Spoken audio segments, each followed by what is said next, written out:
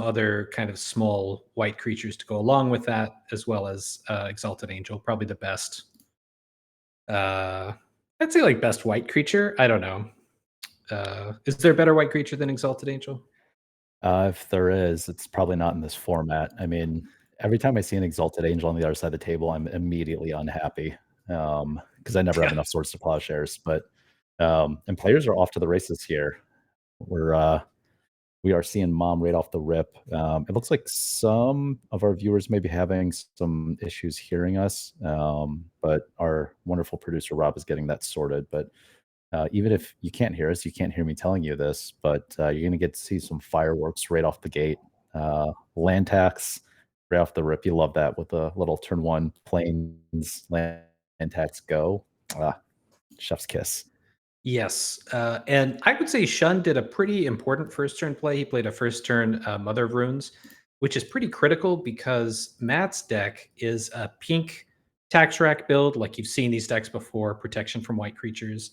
It plays Lightning Bolt, Incinerate, Swords to Plowshares, and Devastate. Or no, I'm sorry, it doesn't play Incinerate. It's that's Devastating Dreams. So definitely has a way to kill creatures, but turn one Mom gives Shun some protection, and Matt is not playing the poor man's land tax. He's actually just playing land tax and Mox Diamond, as you can see here.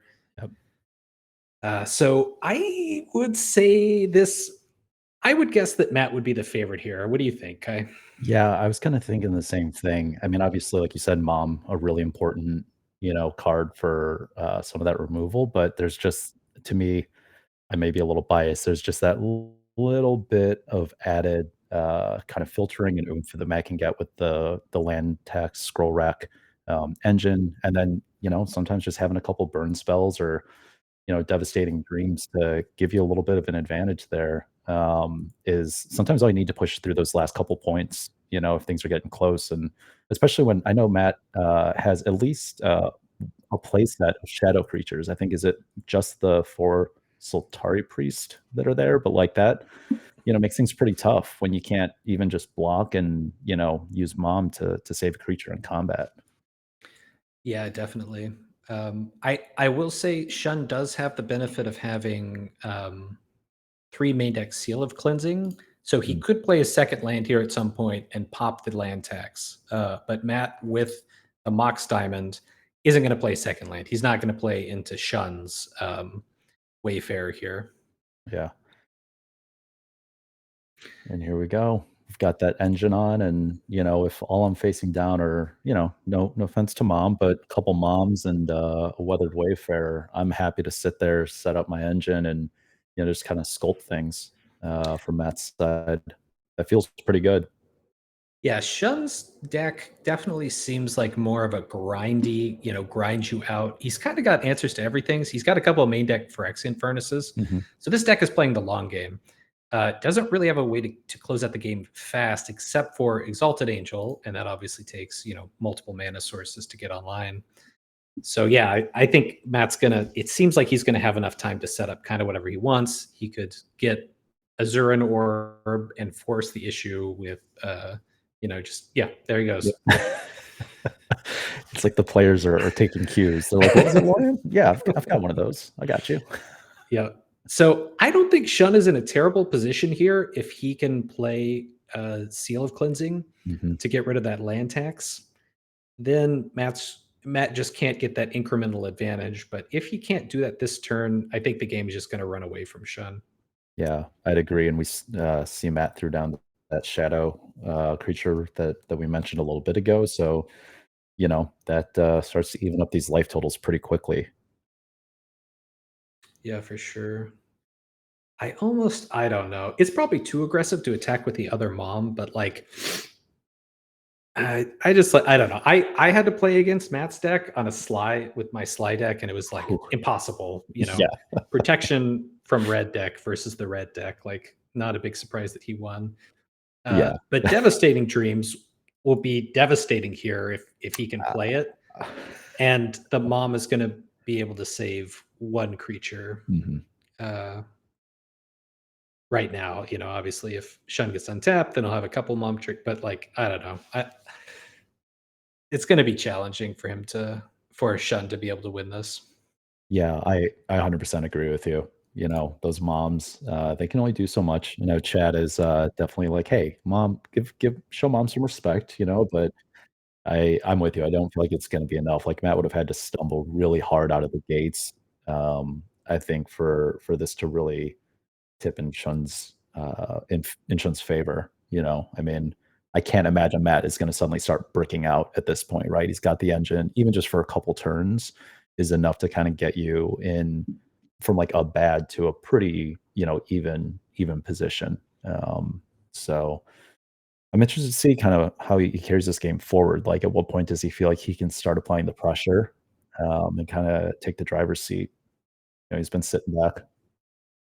We're gonna start going in with this basically unblockable creature, um, you know, and what, removal-wise, Sean's got just 4 swords to go with to deal with these shadow creatures. Yes, which, isn't the worst. I mean, Matt definitely has a faster clock because every creature in his deck attacks at least for 2, but, it still takes a while for the 2/2s to get there, so Shun's got a few turns to come up with something. Doesn't have any main deck Wrath of God, which could be a potential answer for Matt going wide. True. Really just, yeah, one for one, either removal or, Mishra's Factory. Like a pumped up Mishra's Factory can block a Silver Knight all day. Yeah, definitely. Yeah, and chat's actually bringing up a interesting question too, which I'm curious your thoughts because 'cause you're very skilled when it comes to kind of these formats and kind of when to break the dam, as it were, of from Shun's position. At what point do you say, "You know what?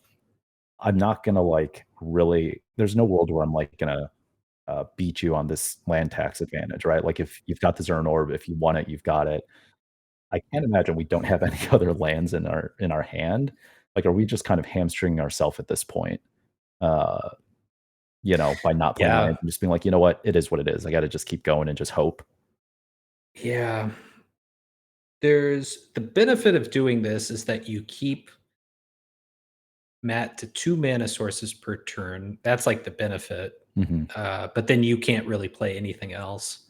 And Shun's deck does have a lot of like 1 mana plays, so that's fine. Whip Quarter is a way to stop the shadow creature, mhm, which otherwise his creatures can't really interact with.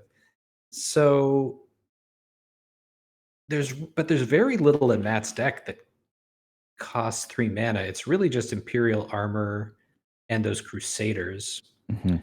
So yeah, I would probably be inclined to play out another land if I had like a good turn 2 play, like maybe a Whip Quarter. Yeah, Definitely if I had a Seal of Cleansing. I mean, now it's kind of too late, but yeah, I think you have to. It's like you have to race. yeah, Sean has to try to race in the face of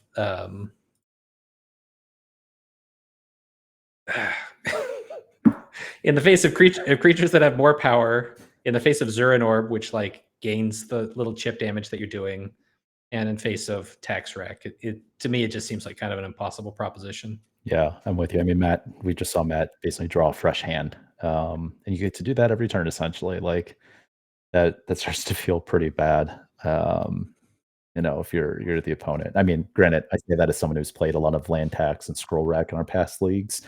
It felt great when I did it. It feels horrible when you're watching your opponent do it though. So, Yeah, um, you know, but yeah, I mean, I'm with you. It's kind of like the land still problem. Oh well, yeah. Now Matt is aiming for that 6 fresh cards a turn, but like when I'm facing off against a land still, I'm like, do I just need to break this thing, get it over with, and like keep going? Like I'm not going to beat them at their game, especially once they're already set up, right? yeah. I So feel like standstill. It's so much easier to crack it because like a lot of times they'll even do it when they've got 7 in hand.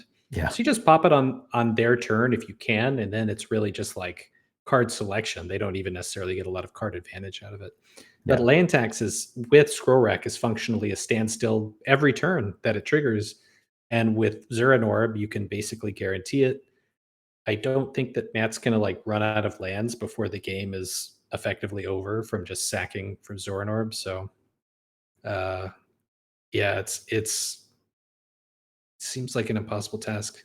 yeah. I It mean, may actually be the case that Shun kept a one lander which like is not crazy in this matchup because you probably don't want to play a bunch anyway. And he may have just drawn his second land here with the Watchtower. That's true, and actually, I think we saw them take a mulligan, at least one mulligan. They may have taken 2. They may have started the Yeah, game with 5 cards. So to your point, yeah, they may have been like, "Well, I have a land and a mom." Like, that seems totally fine. You're happy with that in a 7-card hand, a 6-card hand. Certainly, if you're on a 5-card hand, you're more than happy with that, for sure. For but, sure. uh So Shun just played out a Curse Scroll, which actually can do some work here, provided Matt doesn't find an Enlightened Tutor or one of his two. He's got a Seal Cleansing and an Aura of Silence. mhm, But those are the Curse Scroll is a pretty effective way to take care of um, these 2 or 1 toughness creatures. Of course, there is always, I mean, like, while all of this is going on, there is the looming Devastating Dreams, which can come down at any time and wipe a lot more of Shun's permanents out than it does Matt's. mhm. And like we were saying, Matt's totally fine resetting the board, from the land and creature perspective. Because hey, guess what? Skorrak's just gonna find me that stuff again. Like, we're good. My stuff will probably be more impactful than yours. I get to see more of my stuff quicker, so, but yeah, I mean, having a, shock on a stick, with our Skorak is great, and I mean, to Shun's benefit, they don't have a ton of cards in hand at this point, so pretty quickly, we can probably just be on, I'll name a quote unquote random card or choose a card and it'll be quote unquote random from my hand. Guess what? I only Right. have 1 card, you know, just go to town. So, uh, okay, we've got another shadow.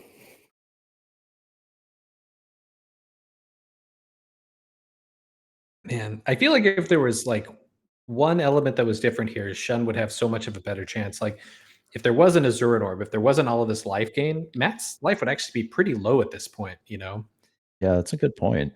Um, I wasn't even really thinking about that because I was just like looking at the life totals. I'm like, yeah, Matt's basically taking no damage. I'm like, well, we have actually. We just gained it all back. So yeah, Um, it's definitely the deck when the deck comes together. I mean, this is obvious when all the pieces of your deck come together, they do, but there's a lot of different like little pieces in Matt's deck that it's very easy to draw just half or a third of all these pieces and just have something that just doesn't come together, right? Um, so we'll see. I mean, Sean's putting up a fight though. I mean, there are a lot of players probably at this point would have already been like, you know what, let's just move on to the second game. I see where this is going. I'm good, right? Yeah. Yeah.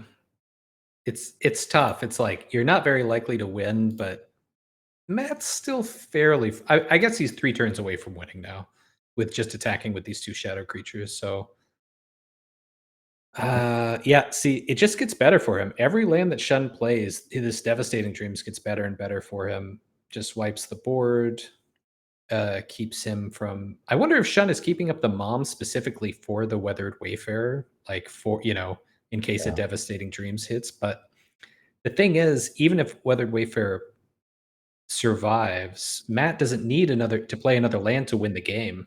He can just attack with these shadow creatures. Yeah. It's brutal. I don't know. I'm just trying to say, I mean, Sean's still got 2 cards in hand, so we don't just have free curse scroll each turn either. Yeah, right. You got to get lucky, unless it's like 2 planes. That's Yeah. possible. Yeah, we don't know the contents of the player's hands. Um, a little bit of conversation in chat about if we do have, disenchant, is there anything we target? But I think, it's kind of like yeah, we're that, you mentioned this, that opportunity for that to really turn the game is kind of sailed. Um, yeah, and another Mox Diamond. I mean, again, Matt's just continuing to press the advantage here. So we're gonna scroll rack for a zillion again. Um, wow, yeah.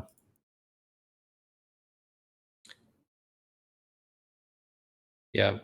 I would guess he's looking for devastating dreams here, but I mean, whatever he draws in his new 7-card hand is probably gonna be good enough.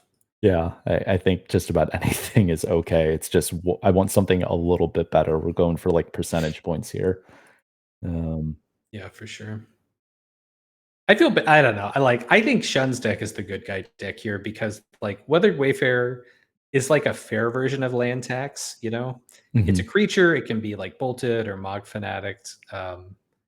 And it's uh yeah, it's just a more fair deck. It's a scrappy deck.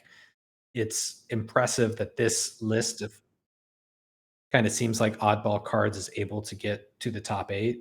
And it's basically just being kind of dismantled here by a deck with more efficient cards, basically more efficient and monetarily more expensive. Yeah. I'm the more expensive version of you. Yeah. You know, this is the classic, like, you versus the guy that she told you not to worry about thing, but Yeah, right. yeah, yeah, and we see, one of those things we are talking about of Matt is just like, "I'm getting rid of your repeatable source of damage," and yeah, we're bashing in, and yeah, I think this first game, unless there's a card that, was hidden in Shun's deck photo that we missed, I think this is gonna be over pretty quickly, and we'll head to sideboards, so Yeah. And the icing on the cake here is that Shun missed on his scroll rack or his curse scroll activation. He had a 50% chance of hitting it, and it appears that he's missed. So just total can't even get a little bit lucky with the curse scroll before it gets destroyed. just total daggers, I'm at this point, I'm kinda hoping Matt doesn't cast a Devastating Dreams in this first game because I'm like, that's just kind of like rubbing their nose in it, at this point, Yeah. like, but, let's see, what do we got here? Okay, so we're gonna pop our furnace to draw here now, which I think, yeah, we're definitely, looking for a bit of a Hail Mary, which again, I'm not sure what that is at this point that we can actually cast. Um, Exalted Angel. If he can play an Exalted Angel and it doesn't get bolted or it doesn't get swords, that's a possible victory because it's dealing more damage than a Zuran Orb can heal every time, true. and it also heals the life of the shadow creature. But so actually, I mean, with what 3 Mother of Runes, he could actually protect a morphed Exalted Angel, but looks like he probably doesn't have it. I'm curious. Well, he's holding back We're another holding one, back so he may yeah. actually have it. Yeah, we're I'll be holding back interested too. to You know see. what? Chat, we apologize. Mom gang is coming through potentially. Um, no, we're not immediate. This isn't morph mana. No, Oh, it's not. okay. Mom gang grows. All right. Well, if this was a poker hand, then Shun would have won because he is a 4 of a kind. I think we should pop in and let the players know that Matt has actually lost. His opponent has quads, so they'll have to go to sideboard. Okay, yeah, not the not exactly what we were looking for here if we're on Sean's side of the match, but Matt's deck getting pretty thin. So at this point, he's just seeing basically the same cards every single time and probably deciding you know, which one he wants to show off on camera. Yeah. Actually, Yeah, it wouldn't be that hard for him to win this turn because he hasn't used a single lightning bolt this game. He's got 4 damage, 4 plus 6 is 10. So we might actually see the end of the game right here. very true. Yeah. Yeah, there is a lot of stuff, and I mean, obviously, top 8 open deck lists. There are a lot of things, in Matt's deck that we have not seen yet. I mean, um, we could very easily just well, we wouldn't have the mana well, actually, yeah, we would have the mana for it at this point, a couple bolts, an armor, something like that, and just wrap things up here, but Yes. it almost That's makes me more curious, like, I certainly wanna know what that last card in Shun's hand is, or, like, where in the deck all of our Exalted Angels are, but I really wanna know what, like, 7 cards Matt keeps looking at and just, like, is like, no, these aren't these aren't the ones." I'm like, yeah. Yeah, what's right, what are whiffs for him even at this point? More creatures, maybe he doesn't care about creatures. Um Swords. Swords is not a very exciting proposition with so many. Yeah, here we go. Here come the bolts. We got one more bolt. Hmm? No. Okay. Devastating dreams. Yep. Yeah. There we go. Devastating dreams for 4. Sacked our lances or an orb just to, you know. Okay, and that'll do it. Yeah, right. Okay. Shun's like, I've had enough. Fine. I tap. I tap out. Awesome. Well, sideboards. So this is interesting because I don't think either player is probably building a sideboard typically with the other player's deck in mind. No. At least I would not have, which probably doesn't say a lot about that. That says more about me as a Magic player. But maybe we start with Shun's deck and kind of see what they can bring in that may even things up a little bit.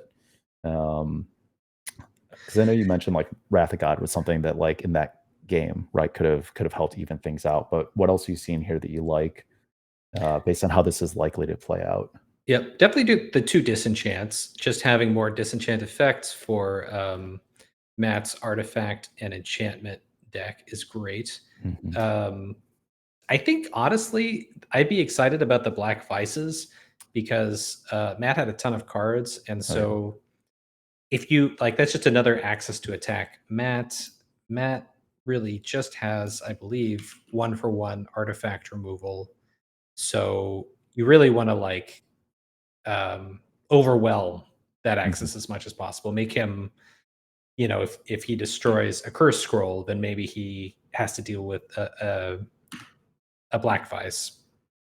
Yeah, I'm with you. Yeah, I mean, Matt's sideboard a little bit more spread out, a lot more ones and twos versus fours that we're seeing in Shuns. But I'm with you. There's not a ton from Matt's side that you know I'm super I'm feeling like the need to really bring in. If I'm if I'm kind of like trying to reverse Uno or reverse psychology of my opponent, I'm like, okay, opponent probably brings in like their black vices, so I'm bringing in my other seal and aura.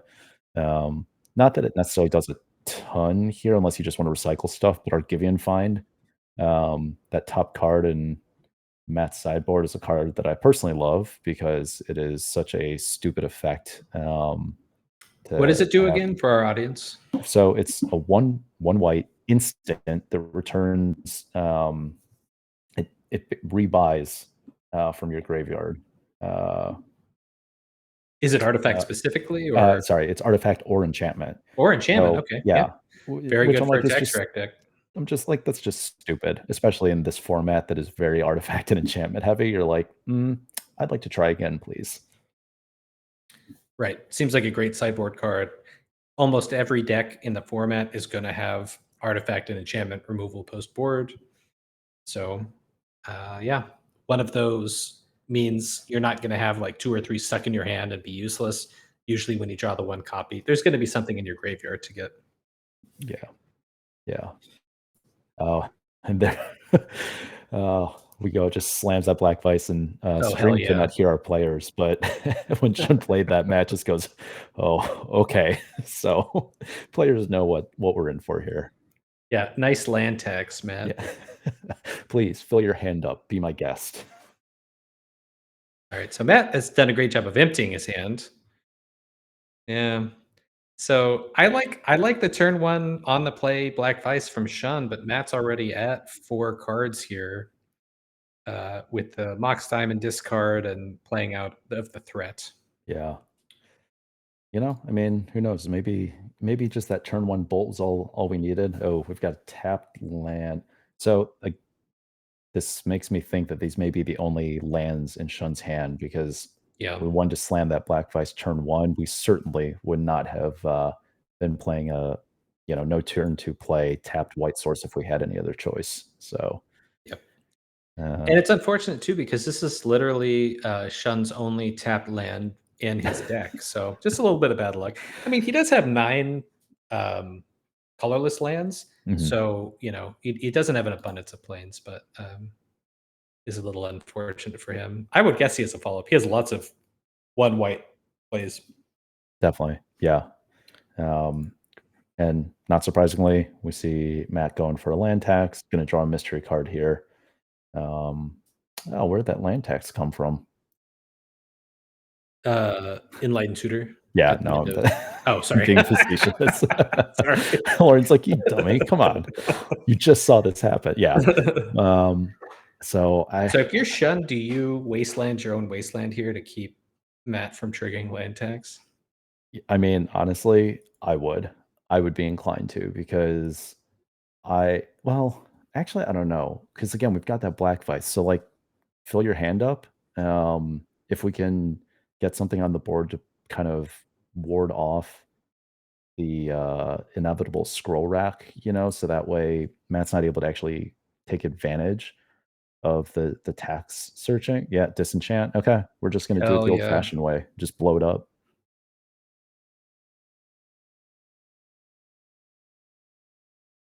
Interesting. So Shun leaves up Wasteland. Doesn't have a lot of target for Matt, but Undiscovered Paradise is a pretty good one if Matt happens to have it. And Paradise returns on untap, so there is an opportunity for Shun to blow it up if Matt decides to play it. Yeah. All right. We're just gonna Man, start turning the guy in the team sideways here. yeah, this is like, I mean, Matt's deck is good for sure. It doesn't have to be on the dirtily tax track plan. It can also just play, two power creatures and go to town. I think the like counter spells, I think, would be one of the most effective ways to deal with his deck. Counter the value stuff, Mhm. remove the little dudes, and then play the long control game. So Shun's deck not quite controlling. It has some basic control elements, but it has one copy of Wrath of God. Yeah. This Exalted Angel is nice though. Let's see if it lives. Matt Yeah. has 8 spot removal cards, so we'll see if he just has everything. He does have everything. He does in fact Everything have them all. confirmed. Oh, a whip quarter. Oh, got Oh, him. sick! Psych. Oh, I didn't even realize that. That's so awesome. That's so good. Oh, Shun. Oh, I completely forgot the whip quarter had morph. Had more. Yeah, me too. Oh my god, that's so good. Wow. Oh, And you know brilliant. what, chat? I see you poking fun. We knew it was a land tax. We're having some fun, but we got one back on you. That was not an exalted age. And now if I'm mad, I'm like, well, crap. Now what is this one? Yeah. I wonder. I would guess that it's an I wonder if you play Whip Quarter out as a morph if you don't have Exalted Angel in hand. Yeah, Uh, maybe that's just something that Shun is used to doing with the deck, is just bluffing that. maybe. I mean, Dude, Matt's hand is so fire. This is like no scroll rack. He's got 2 I guess, yeah, 1 land text was off the back of an Enlightened 2 yeah, oh god, my god. just the nuts. You don't even need land text scroll rack when you draw this well. And the rubbins. You will get absolutely nothing off your black vice. Okay. Well, um, yeah, Matt, I mean, I'm not gonna lie, the deck is serving up and is we're putting on a little bit of a clinic here. We I mean, well, regardless of what morph this is, we could flip. Yep. Okay, so it is actually an exalted angel this time. Um, I mean, this might start to turn things. Exalted angel does a hell of a job of flipping life totals. Indeed. Yep. So now Matt's got 3 swords left. Bolt's not gonna be enough. I guess he could always get a double bolt, but he's gonna get to look at 4 new cards every turn. That's a lot. That's a lot of, uh, cards to find an answer to Exalted Angel. Yeah, I mean, it won't take too long to filter through. I mean, unless, the randomizer just doesn't serve any more swords to plowshares up, but,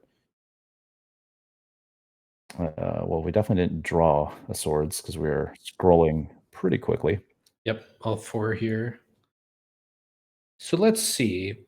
Shun could wasteland himself this next turn to get under land tax. Hmm, As long as Matt doesn't have a Zern Orb. I would be kind of inclined to do that because I think the way that you win this game is just by Matt whiffing. And the way that he whiffs the most is by not allowing him any more land tax triggers. yeah, I would agree with you. Yeah, team the chat is calling for mom again. Another priest. I mean, Jeez. So this would be a perfect spot for Wrath, except if Shun does that, then he's going to be really far. Like land tax is just going to take the game away.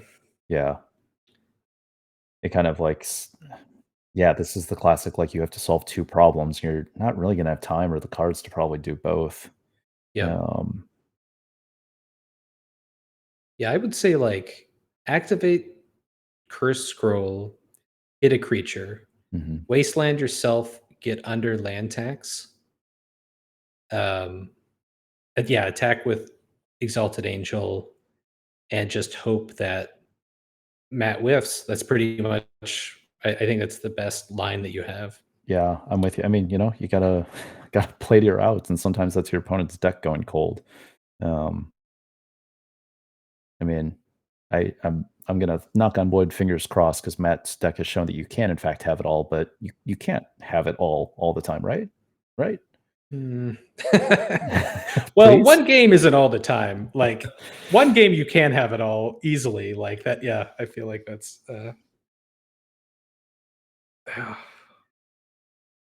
Yeah, so, I mean, we're trying to just put blockers down, 'cause, I mean, we can't do anything about the 4 damage that's gonna come from these shadow creatures, but we can at least jump in front of, these other, these Silver Knights for a turn. We're not gonna trade or anything because they have first strike. Because why wouldn't they? Yeah. I mean, Shun is setting up lethal this next turn if that creature is a exalted angel. Mhm. If that more creature is an exalted angel.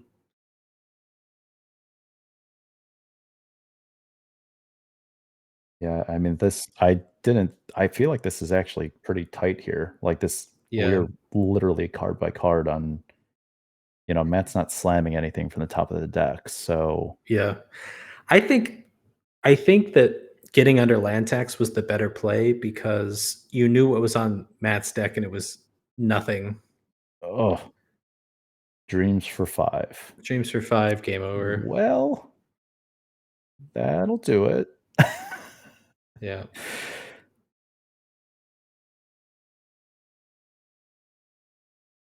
And, yep. Shun says you win. Yeah. Yeah. Oh, Yeah, packs it brutal. in. That was rough. I mean, but yeah, I Matt's deck just put on a clinic there. Both games kinda just was like, "I'm gonna do my thing, and, you can draw whatever cards you like. I'm just gonna have more better," you know?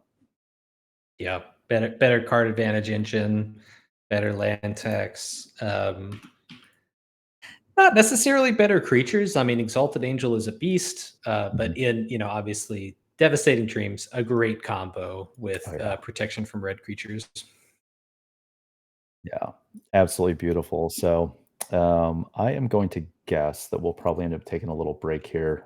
Producer Rob will probably pop in our ears in a second and let us know, but we'll probably take a little break before we come back for the next match, which is going to be another pretty cool one.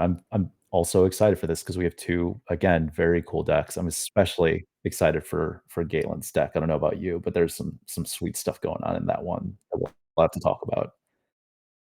So, yeah, I mean, that was that was a good one. Matt's deck did their thing. When we pop into, yeah, if we want to take a look at like the bracket, maybe. We can kind of see what we're looking at, uh, or we can kind of cover the other players' decks. So, yeah, Matt and Shun there. Matt is obviously going to advance, and then we're gonna have Galen and Daisuke coming up next. I don't know if you want to talk about their decks now, if you want to break for a hot second, come back and come in with those afterwards, though, Lorian. Sure, yeah. So uh Desuke is playing like a counter burn deck. So what is it, like 2, 4, 6, 10 counter spells? Things like lightning bolt, fire ice, intuition, factor fiction, accumulated knowledge. Just like a lot of value, some man land creatures. So just like a good value deck that yeah, really wins the game through, I think, man lands and some direct damage. Galen's deck is a sweet. It's another land tax deck, but it's also playing Necropotence, and it's unusual. I don't believe we've seen anything quite like this on stream before. Before this league, Galen was on a couple weeks ago on stream, Yeah. and his win condition is basically zombie infestation. So you get a bunch of cards from either Necro or land tax. Use things like Ivory Tower and Zerd Orb to gain life and keep that land tax flowing. And then you just win with 2/2s because you've also got Scroll Rack. So you just keep getting lands with land tax. You keep racking them back into your deck, and then you discard the cards you don't want, and you profit from there. So I think this game is going to come down to if Daisuke can counter the land taxes and the necropotences, he's Mhm. probably going to win. And if one of those gets out of control, he's probably going to lose. That would be my guess. Yeah. It definitely is going to be this is the critical spell that kind of decides things. Because, blue red, I mean, I don't think we have anything that is going to be able to deal with either of those enchantments once they hit the board. So yeah, we'll see. We may have one or two things in our main deck that can deal with stuff on board like that, but it's gonna be a fun one. I'm just excited to see Galen's deck again. Like you said, they were on stream before, but I mean, 4 land tax, 4 necro. If you're a card band lover, this deck is for you. And if you hate blue, this is a deck for you. So it's like it's got a little bit of something for everybody, right? It's like the people's deck, basically, right? I think it exemplifies middle school pretty well because Yeah. Lantex at this point is banned in pre-modern. Yep. Necro is banned as a four of in basically any other format in existence. Uh, Maybe not Alice. Is it legal in Alice as a four of? I wouldn't even be able to tell you what that is. So Oh, it's like we'll Alliance's Ice Age. So yeah, okay, that makes sense. Now that it now that you say it, I'm like, obviously. yeah, it's a niche format for sure. I mean, I don't know. That's all that I know about it. I don't know what the good decks are. Yeah.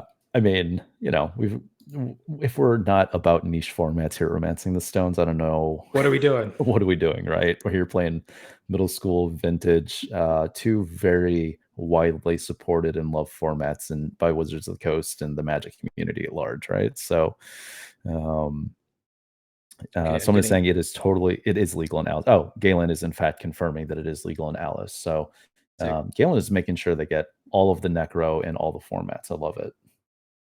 Yeah, love Necro. It's a great card, uh, and we'll see more of it here after the break. Yeah. We'll catch y'all in a few.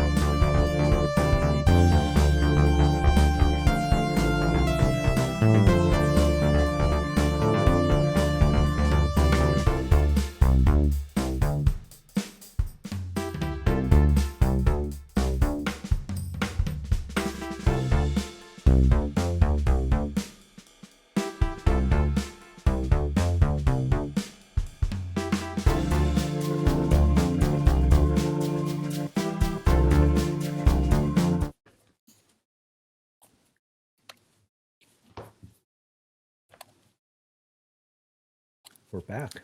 We've returned. Welcome to the semifinals of the Oh, Romancing the Stones okay. Dance Party Middle Leader. School League. Yep. We've got Galen on the left here. He's playing that Tax Rack Necro deck. So a lot of redundancy when it comes to card advantage. And Desuke is on the right and is playing a something you don't see very often in middle school. Just a red-blue counterburn, pretty fair deck. Probably the most unfair thing it's doing is intuition and accumulated knowledge, which it costs 3 mana. You end up spending 5 mana to draw 3 cards, so still pretty fair, even when you do that.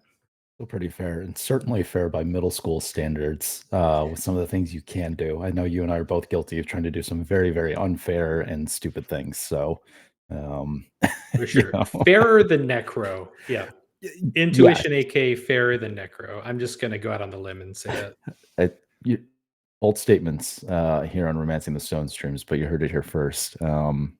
I will. I'll jump in that camp with you, Lorian. I'll get behind you on that platform. But yeah, no, I mean a more classic, like you said, counterburn control deck. I played Daisuke in the Swiss. I had a not great time with Blue White Stifle Not this league, and Daisuke definitely did counterburn things. It was painful, but very beautiful to watch. The deck Yeah, is really well constructed. They're very proficient with it, which I think any Magic player for any length of time knows that there's nothing more painful than a control player that does not know how to play control efficiently. So I was very grateful for a very skilled opponent. So yeah. Control and this tax rack build. There's like somebody who just scratches their head and just hems and haws over every tax rack activation. Just like play a different deck, dude.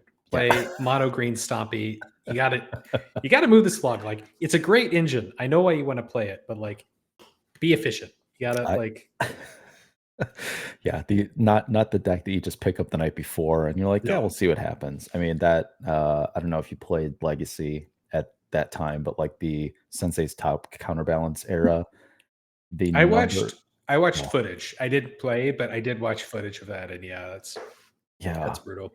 that may have been even more painful watching footage and having to sit there on a like watching someone do this on a broadcast than witnessing it live where you can't even like glare at your opponent like come on. But Yeah. yeah, those were tough times. I'm like, it's the same 3 cards you just looked at. You are going to put them back in the same order. Like, just go to your turn. Come on. Right. What were Uh, you trying to get like a quarter point win advantage here? Like what is going on? Yeah. yeah. No, I mean, yeah, I hate that. I in timed rounds, especially just like looking at your opponent, like, why don't we have chess clocks? We need chess clocks. Magic needs chess clocks. Like, come on, let's do this. Listen, Magic Online is not known for being a quality program in all areas, but that is definitely an implementation that I'm like, please port that over to the real life. Like, my time is valuable. I need you to understand that, and there needs to be consequences for you not respecting that. Yeah, So, for sure. For sure. oh, I love it. I love it. But players getting shuffled up, doing some mulligans here. I think I'm seeing some dice out, probably representing the number of mulligans we're on. So, Yeah. but like you said, I mean, at least for Galen, certainly you're like, I've got enough ways to get those cards back. And Daisuke has to do a little bit more work though. And I think they may be on a mull to 5 at this point. So, um, Yeah, and that's a challenge for a deck like Desuke's because it doesn't have really unfair card advantage like Necro or Land Tax. Like as a Necro player, I would not mind going to 5 at all. Obviously, like if you're playing against a counterspell deck, that's a problem. But yeah, any card in your deck that can just like immediately wipe out a mulligan, sure, you go until you find it. You go until you have the busted hand. But yeah. Daisuke's deck is so fair going down 2 cards. Really, like the big thing that would help them get out of that is something like Factor Fiction or Mhm. Intuition for AK, which again is a bit slow. Yeah. Yeah, I mean, even if we're like, oh, turn 2 AK, it's like, yep, I got to turn 2 and I drew 1 card. Feels bad, man. Yep. But so Um, yeah, I mean, chat's calling it. They're like, "Yeah, you just mulligan until you find Necro and 3 black mana. You're good. Keep." For sure. And, Yeah, I wonder if Daisuke was kinda mulligan to a Force of Will, which, like, that feels terrible because a Force of Will is a 2 for 1, but may feel like they're not able to beat a land tax or a necro, and so they just need to have an immediate a turn 0 answer. yeah, well, oof, mulligan to 5, and we're getting duressed as well. Um, Ooh, that's a good hand for Daisuke. yeah, I mean, a little bit of redundancy in the counter spells. Certainly taking Factor Fiction there. But yeah, I mean, I will say in one of our matches, in one of our games when Daisuke and I played in the Swiss, they mulliganed to I mulliganed to 5, I think, which didn't help, but they kept a one lander because they were like, I had like force blue card, like, and then 2 other counter spells or something, and they're like, all I know is I just can't let you resolve, like, keep a dreadnought on the board, and I win. And I'm like, yeah, especially when I have 5 cards, like, there's everything I had. And there's no playback there. So, Yeah. um, let's see what Yeah. Galen's got here. I mean, this is I turn thought 3. I thought maybe I mean, like, so I thought maybe Galen had some discipline there and didn't do the blind land tax, and so he was gonna, like, duress, see that the Force of Will isn't there, and then land tax, but Mhm. didn't have the land tax, so this is looking not bad for Daisuke here. He's got 2 counter spells up, gonna, phase, uh, gonna just, like, cycle the ice at end of turn. Galen's floating mana, so it's probably an Enlightened Tutor here, which is not great against counter spells. It's usually it's just like a 2 for 1 in the face unless Galen has another. I don't even know how Galen beats with another duress. I don't know how he beats a counter spell because Daisuke will still have one in hand, so Yeah. but yeah, it's so far looking okay for Daisuke. Yeah, I surprisingly, I mean, this is yeah, Enlightened Tutor. Your opponent's gonna see this one coming. Chat, I promise I will be aware of what card Galen puts on top of their deck and draws next. Um, but no, I mean, yeah, there goes the Necro. Uh, and I mean, this is kind of one of those things we were talking a little bit about with the first match, where it's like there's a point where you're like, you know what, you have those cards, that engine, whatever it might be. I have to get through it at some point. Mhm. So I got to just start, doing it. And I mean, if Daisuke's having to keep up 2 mana each turn, then to deal with what you're doing, it's kind of the I'm going to put out questions and make you have the answer. They're Yeah, not getting to, cast their factor fictions or AKs or intuitions or whatever else it is. Obviously, this is like a turn, right? Like end of turn, Daisuke would love to just intuition for AKs, but we gotta probably spend mana dealing with this Necro yeah. or Orm's chat. Oh, Yeah, so I was oh, gonna say, so that is how, Galen gets this Necro into play this turn, so Daisuke has to counter this, plus counter the Necro, which means, they need to have a Force of Will. yeah, and I think yeah. So Galen's gonna float the mana off Peat Bog. Sentence I didn't think I was gonna be saying anytime soon, but here we are. Yeah. And yeah, so yeah, I mean, Daisuke was looking for probably a force, but then you And, can't I think he's answer. just I don't gonna let know. it happen, Yeah, unless he already had a Force in hand and was just looking for the second one, but, yeah, because we realized they couldn't get through a Norm's chant, so just like, let's just move it along. yeah, let it happen. And yeah, chat called it. Daisuke did accidentally reveal a third counter spell in hand. I think when they were trying to flip over their fire ice, but Yeah. um, Galen, I didn't see how. I can't quite tell how many cards we've decided to necro for, but it is we're adjusting life counters Looks like totals here. So it's 6. If the yeah, life probably counter 6. is correct, he took a damage with caves and then 6 necro cards. Yep, Yeah, 6, confirmed 6. just gonna necro back up to a full grip of 7 and uh Your go. Yep. So Daisuke would love a bunch of burn here. He's got things like fire, lightning bolt, prophetic bolt, which I've never seen before from Daisuke. One earthquake. So definitely has ways to burn Galen out Mhm, if they could stop Galen from gaining life through Ivory Tower or Zurin Orb. Galen's deck is pretty slow. Like it's grindy. It's not really a combo deck. It's just like it's like multiple value engine deck. mhm. So it takes a while.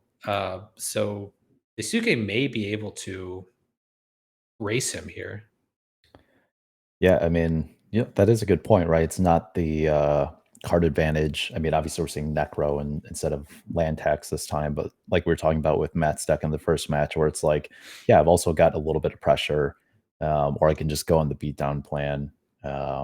It's going to take a little bit longer to set that up. It's a little bit more vulnerable, I'll say as well, since we're just looking at the what 2 copies of Zombie Infestation. We don't have to wait a way to rebuy that. Oh, I think we have a Thran Foundry. I stand corrected. We have a way to rebuy things, but that's going to take a bit of time. Um,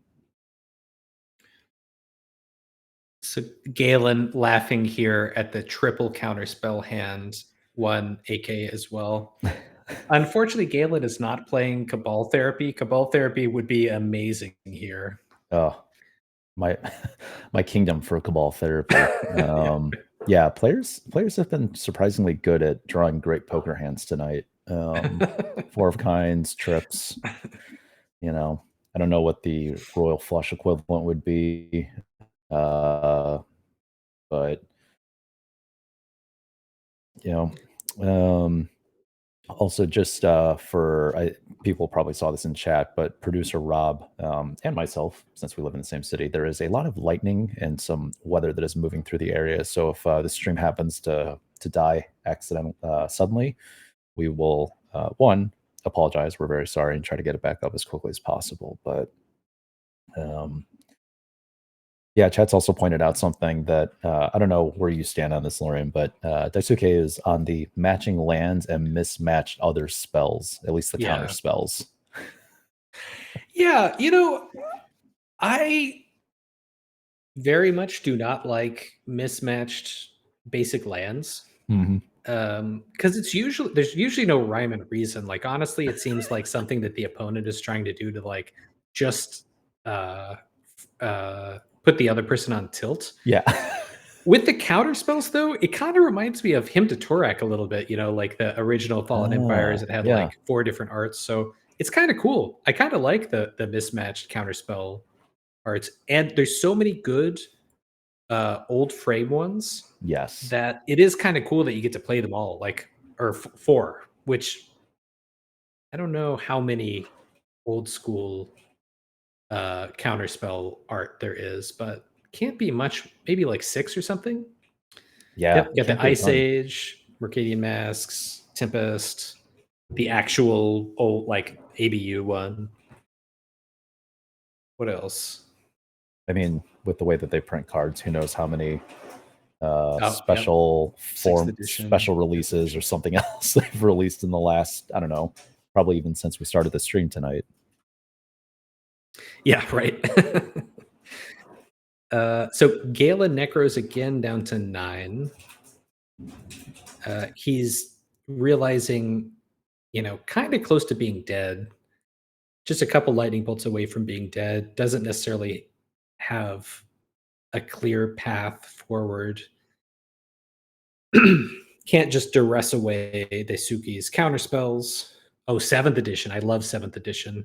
Those are sweet. I have some gold border 7th edition that look really nice in gold sleeves.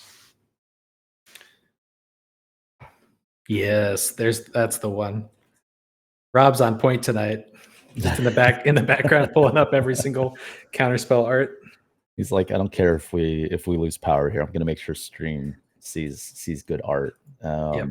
Yeah, I mean, I will say there are definitely that is one thing that I do love about middle school, old school, like certain formats where it's like you have an excuse to pull that favorite art out. And you're probably playing with people that will actually understand and appreciate it. It's not just like, oh, you're just like picking, the expensive version of a card. It's like, no, this like actually this just fits, it gives the right vibes, passes the vibe check as we would say. So For sure. And that's what I miss about in person. Like webcam leagues are great, but you don't get to like look at your opponent's sweet cards yeah, up close, which I always appreciate with any kind of old school format. 100%. Yeah, I mean it's a labor of love. But I think we saw Galen threw another orange chant out there. Yep. Got counterspelled. And Daisuke countered that one. So that kind of makes you think that Daisuke might have a force of will. So Galen is kind of second guessing their plan here. uh, They play a Thran Foundry, one of the most do nothing cards in all of middle school.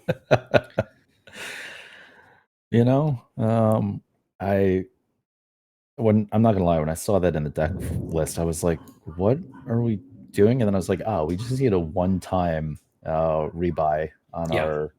our graveyard." I guess if he this is, we have Felden's Cane at home kind of a Yeah, right. situation, but I think it draws you a card too, doesn't it? I think it draws you a card. probably let me see. I'm gonna pull it up real quick. One tap, remove it from the game. Target player shuffles his or her graveyard into his or her library. So nope, you don't even get a No. card from it. Oh my gosh. Okay, but the flexibility over Veldon's Cane, because Veldon's Cane is legal, but the flexibility is you could shuffle your opponents. Like let's say they're on Reanimator or something. Yeah, So that is an advantage. I had a land tax zombie infestation deck, and I realized like you actually do need Thran Foundry because if you discard all of these lands, yeah, you kind of like run out of steam in your deck. So I think it makes sense. It's just like like yeah, just like in old school when you see someone playing Felden's Cane, like the game is going to be grindy. Like that is it. That is next level. That is yeah. tier S of grindy. You're sending a message, Yeah. and it is one that no one is happy to receive. But oh,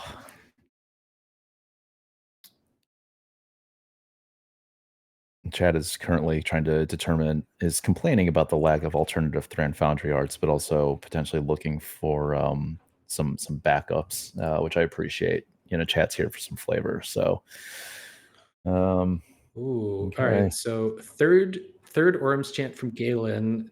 Daisuke draws two cards and bolts Galen in response. He's a Galen's a two. we're at two. Oh, but the Oh, Zuran orb. well, Oh no. we're. I was about to say we're not going to be able to get a lot of use out of like our caves or anything like that, and we have this pseudo fading land in the peat bog, but Zern orb, just and an ivory. Okay, well, just like that first match, right as we're about to call something, our players are like, no, no, no, I got this. Don't worry, we're good. Everything's fine. Yeah, Thunder for the big Zorb. Yeah, apologies, Chad, if you're getting a live feed of the weather in Austin right now from my my audio as well. Let's see. So does Daisuke now once these artifacts hit the board, Daisuke doesn't really have any way to deal with them in their main deck. So um yeah, this I'd say the window is closed. Yeah, I think we have one powder keg in our main deck. Um, Oh, powder but keg. Yeah, yeah, yeah. You're right. Yeah, yeah, powder keg is an answer. Yep. One of powder keg. So but again, one of powder keg. Granted, these are just one ofs, from Galen's side as well. Um, but if I'm having to spend a bunch of time to get powder keg, now that Galen has all of this on the board, that doesn't feel great, right? Like, wow. uh, Wow, and Galen going for sacking basic lands, that's interesting. I would have, like, really prioritized the caves, but maybe there's some kinda double pip. Maybe they just want the flexibility of it, so yeah, Galen's ooh, okay, yeah, Galen's forced to go pretty low on life here, but now they're at 7 in hand, and they can start getting this ivory tower advantage in their upkeep, and they've Yeah, got a virtual 8 life stored in their lands, so Daisuke is probably not going to be able to burn out Galen on this next turn here. In yeah. fact, I would say it is impossible. Yes, unless who knows, maybe there's an unset card that has magically slipped its way into Daisuke's deck that we missed, but, um, yeah, it is, it's looking like Galen's in a pretty happy position at this point. You know, Chat's made a good point, right? Like Daisuke just hit, we got our fourth land. It is not more red mana to try to, you know, play the dance with Necro and stuff like that. Which again, we've got our Zero Orb Ivory Tower. Yeah, Galen's feeling pretty comfortable. If I'm Galen, I'm feeling pretty comfortable at this point. We're Yeah, gonna for sure. start getting our zombies and just start going sideways. Yep. And Daisuke obviously can have Sunburn, maybe even Earthquake to take care of multiple zombies at once. But the advantage bar is heavily in Galen's favor here. Just having to spend a card for basically every 2 life of Galen, which Galen regains every 3, every upkeep. It's just not a winning proposition. You're just gonna run out of cards, even with things like Fact or Fiction and uh, accumulated knowledge. Yeah. Because like all good zombies do, you may get rid of a few, but the rest of them will, there will be more in weight. And yeah, I Yeah. mean, to your point, there's only so many things that Daisuke's even digging for, right? Um, so I did notice Daisuke has one copy of Cunning Wish, but there's not even anything that impactful in Overload, I guess. Yeah, so Overload is another way to destroy an artifact. Um, it's tough to say whether Ivory Tower is better than Zurin Orb. Zurin Orb is much like Zurin Orb keeps Galen from dying suddenly, mhm, but obviously Ivory Tower over a long period of time is going to gain much more life than Zurin Orb would. But Daisuke would have had a window there had Galen not had a Zurin Orb and only an Ivory Tower. right, yeah. Um, Galen's gonna kind of just make sure they've got all their bases covered here, though, and doesn't even have to rely on the Necro situation because we're going to just enlighten tutor. Yes, Chad, I saw we enlightened tutored for that land tax. We're going to get that out there and we're going to do land tax things. Although we got a factor fiction mm, in upkeep or draw. This might have been in our draw, but let's see here. That's a solid Factor Fiction. That would be a pretty scary Factor Fiction if the board state was kind of even. I'm Hmm. not sure if this is going to be enough, but 2 man lands, basic land, intuition, and prophetic bolt. Yeah, So solid cards. Daisuke is going to get some solid cards here.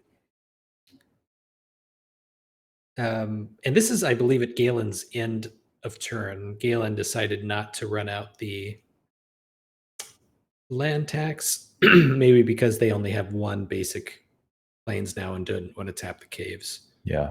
Just playing it safe. Yeah, the world is your oyster in your Necro Ivory Tower Thran Foundry deck. Like you've kind of got all the time in the world to do Yeah. whatever you want. I do appreciate though Galen is still giving, from our perspective, a very commanding position, but is still putting a lot of thought into this FOF, make sure there's not like an obvious blunder potentially, right? They could kind of turn things upside down. Um, but because I mean it is tricky. Like prophetic bolt, yes, it costs 5, but that is 4 damage. Um, that's not nothing when Galen's sitting at 3. We've got lands for to sack to Zern Orb and just kind of restart the engine, but assumingly we probably don't have a ton of lands in hand left. We didn't play land tax, so yeah, don't hate it. Yeah, we did a Right. Yeah, so I would say Galen chose correctly there, and all I mean by that is, anytime the opponent chooses the 2-card stack instead of the 3-card stack, you have roughly, um, figured out the right split because you want them to take 2 cards instead of 3 cards. yeah. Yeah, there's nothing worse than your opponent flips over a FOF pile and you're like, it doesn't matter what I give you. Like you're gonna win in this exchange. Like I can't make a bad pile for you. Um, Yeah, someone was telling me the acronym FOFEOTYL, and that's factor fiction, end of turn, you lose. I mean, I don't disagree. It is always disheartening when my opponent casts a factor fiction. I'm just like, ah, And it's just so good. It's just it like is. impossibly good. Yeah. It's like everything in Magic. Their factor fictions are always good. Yours are always bad. They're always terrible. Yeah. Yeah, always. Like I I will just say there's no better feeling in the world than an opponent casting factor fiction against you. You go for the 4-1 split and they take the 1. Like that is actually a pretty good feeling. yeah, inject that right into my veins. I will Yeah. ride that high all week. Now sometimes that 1 card still like they win the game off that 1 card, but you at least won the moral victory there of like not giving them any value. Yeah. You're gonna win this match. I'm gonna make you do it the hard way. You're gonna use everything. I will say too, though, and granted, both of these players are very skilled, and we've got a lot of very skilled players in our leagues.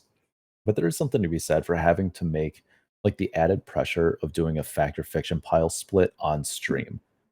For like, it doesn't Yes. matter if it's like 2 additional people or 20 additional people who are all judging your split. Just like, Oh yeah. you know, Yeah, you do not want to look foolish on stream at all. certainly not while playing middle school Magic the Gathering. That would be just a travesty. Yeah, But right. Because it's like the stakes are so low, really, like, your deck and your play are the only things that are at stake. Like, there's no yeah, prize money. There's nothing there's just, like, a little bit of glory and, like, you being represented as a competent player, in this league. yeah.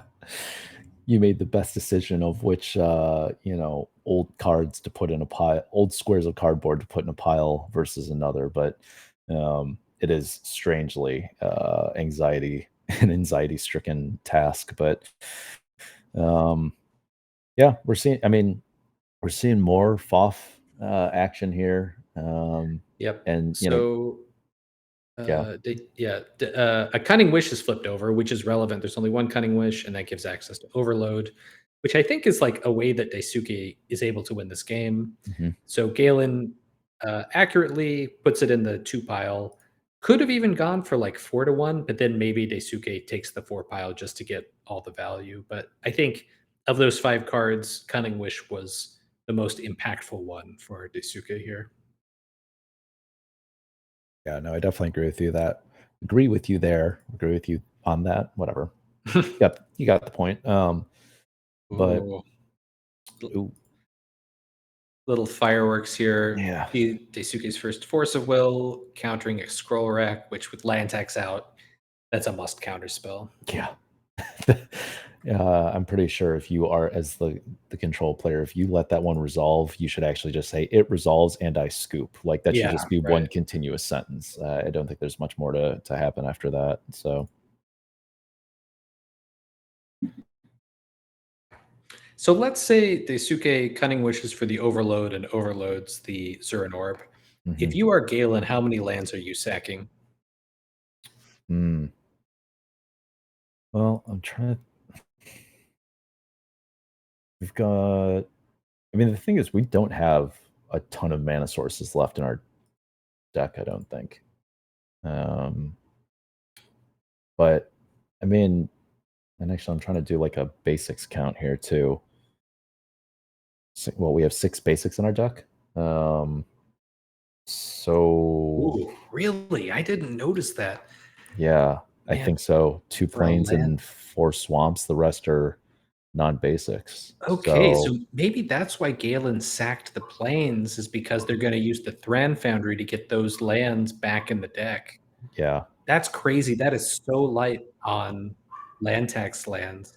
Yeah, I that's why I was, like, I'm like, "How many can you afford to sack here?" But I think I would still be inclined to sack at least, like, 2 well, what? You gotta sack at least 2 at this point to, get your land tax going. Um, we're gonna pop maybe use Lotus Petal for something. I don't know. This is, like, starting to get interesting now, like, from a game that felt like was gonna be, I don't know, not not super, interesting perhaps early on, but I think what you mentioned before is we're seeing it play out, right? Galen's deck does not close quickly. Daisuke control deck is just like, well, if I get time, I will build an advantage back. Like I will just find the cards that matter. And I get to start making choices, right? I have time to make choices and do things that like fine by me, right? We're looking for another scroll rack here because we know that Daisuke can't do anything about it. So I don't know. This is interesting back and forth. Um, hmm, Yeah. It's tough for Daisuke because, they can I think they've been pretty frugal about where they use their counter spells, but mhm. against a Necro deck, they've just Galen's been able to run them out of all their counter spells, and now they have left in hand is Cunning Wish and a Prophetic Bolt, which looks like this scroll rack may resolve next turn. Yeah, I All mean, right, we're gonna so Cunning Wish here for yep, Cunning Wish for Overload. We'll see what Daisuke decides to pop here. Ivory Tower. Okay. yeah, Yep. So Ivory Tower is going to gain more life in the long run. So, makes man, the sense. sick thing about Galen's deck though is like all the stuff can be shuffled back in with Thread Foundry and found again with Enlightened Tutor.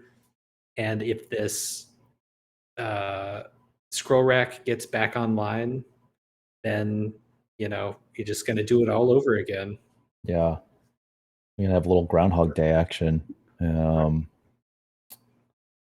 but I don't know. I mean, it's interesting to, Galen hasn't started. I mean, we may start making zombies here shortly, but like we're also not. We haven't started putting any pressure on. Setting cards aside, are we maybe gonna make some zombos? Yeah. Remains to be seen. One kind of cool trick that if Galen would be interested in it. So Necro, the remove cards that are discarded from the game is a trigger effect. Mhm. So they could actually discard the cards. The cards are in the graveyard, and there's a trigger. And in response to that trigger, they could pop Thrown Foundry and shuffle it back in. May not be Right. relevant, but that is a potential line. Like you can respond to those triggers before they are exiled, and you can shuffle them back in if you have an instant speed effect like that. Yeah. No, that's a good point. I'm assuming that these the die and the sleeve is to represent some zombies that we made from discarding. Yeah. But at least it looks like a what undiscovered paradise, lotus petal. Is that maybe a gemstone mine? Something else. But yeah, so we're gonna It's start trying to a turn the corner here. it's the come into play tap land that has 2 counters on it, and you tap it to do double mana. So Oh, it's a was it a double black peat that mana. we yeah, Peat okay. bog, yeah. So that helps you cast Necro easily. Yeah. Galen getting some of the only basics they have in their deck. I like you said, I'm very surprised by the low number of basics, but I mean, Galen is playing to get into the finals. I am not, so clearly knows made some better deck choices Yeah. than I did. But It's pretty cool. It's pretty cool to see, how few lands you can go to and still work with land tax. I think 6 is the fewest that I've ever seen. And With Scroll Rack and Thran Foundry seems to be working fine. Yeah. Yeah, if it ain't broke, don't fix it. Just shuffle it back into your deck. So, um, let's see, because Galen's at 4. I mean, with this Zerno, normally, I mean, if it were me, I'd be sitting at 3, 4 life. My opponent would have a prophetic bolt in hand, and I'd be like, cool. If I don't kill you this turn, I lose. But the Zernorb is giving us some breathing room. Got our scroll rack and what? Oh, Daisuke could not flip that Force of Will over faster. Yeah. So, yeah, stopping Galen from getting a scroll rack online is okay. Uh, but yeah, land tax is still going to trigger turn after turn. Daisuke doesn't really have a. He's got a dust bowl, a singular dust bowl, so that's a way that he could destroy his own lands. But again, this is another instance of Galen's kind of backed into a corner. But getting land tax triggers, although this may be a time where the few basic lands in Galen's deck really becomes an issue because they're not able to scroll rack them back. So they could just be stranded in Galen's hand. Yeah, but again, he could discard and shuffle it all back. So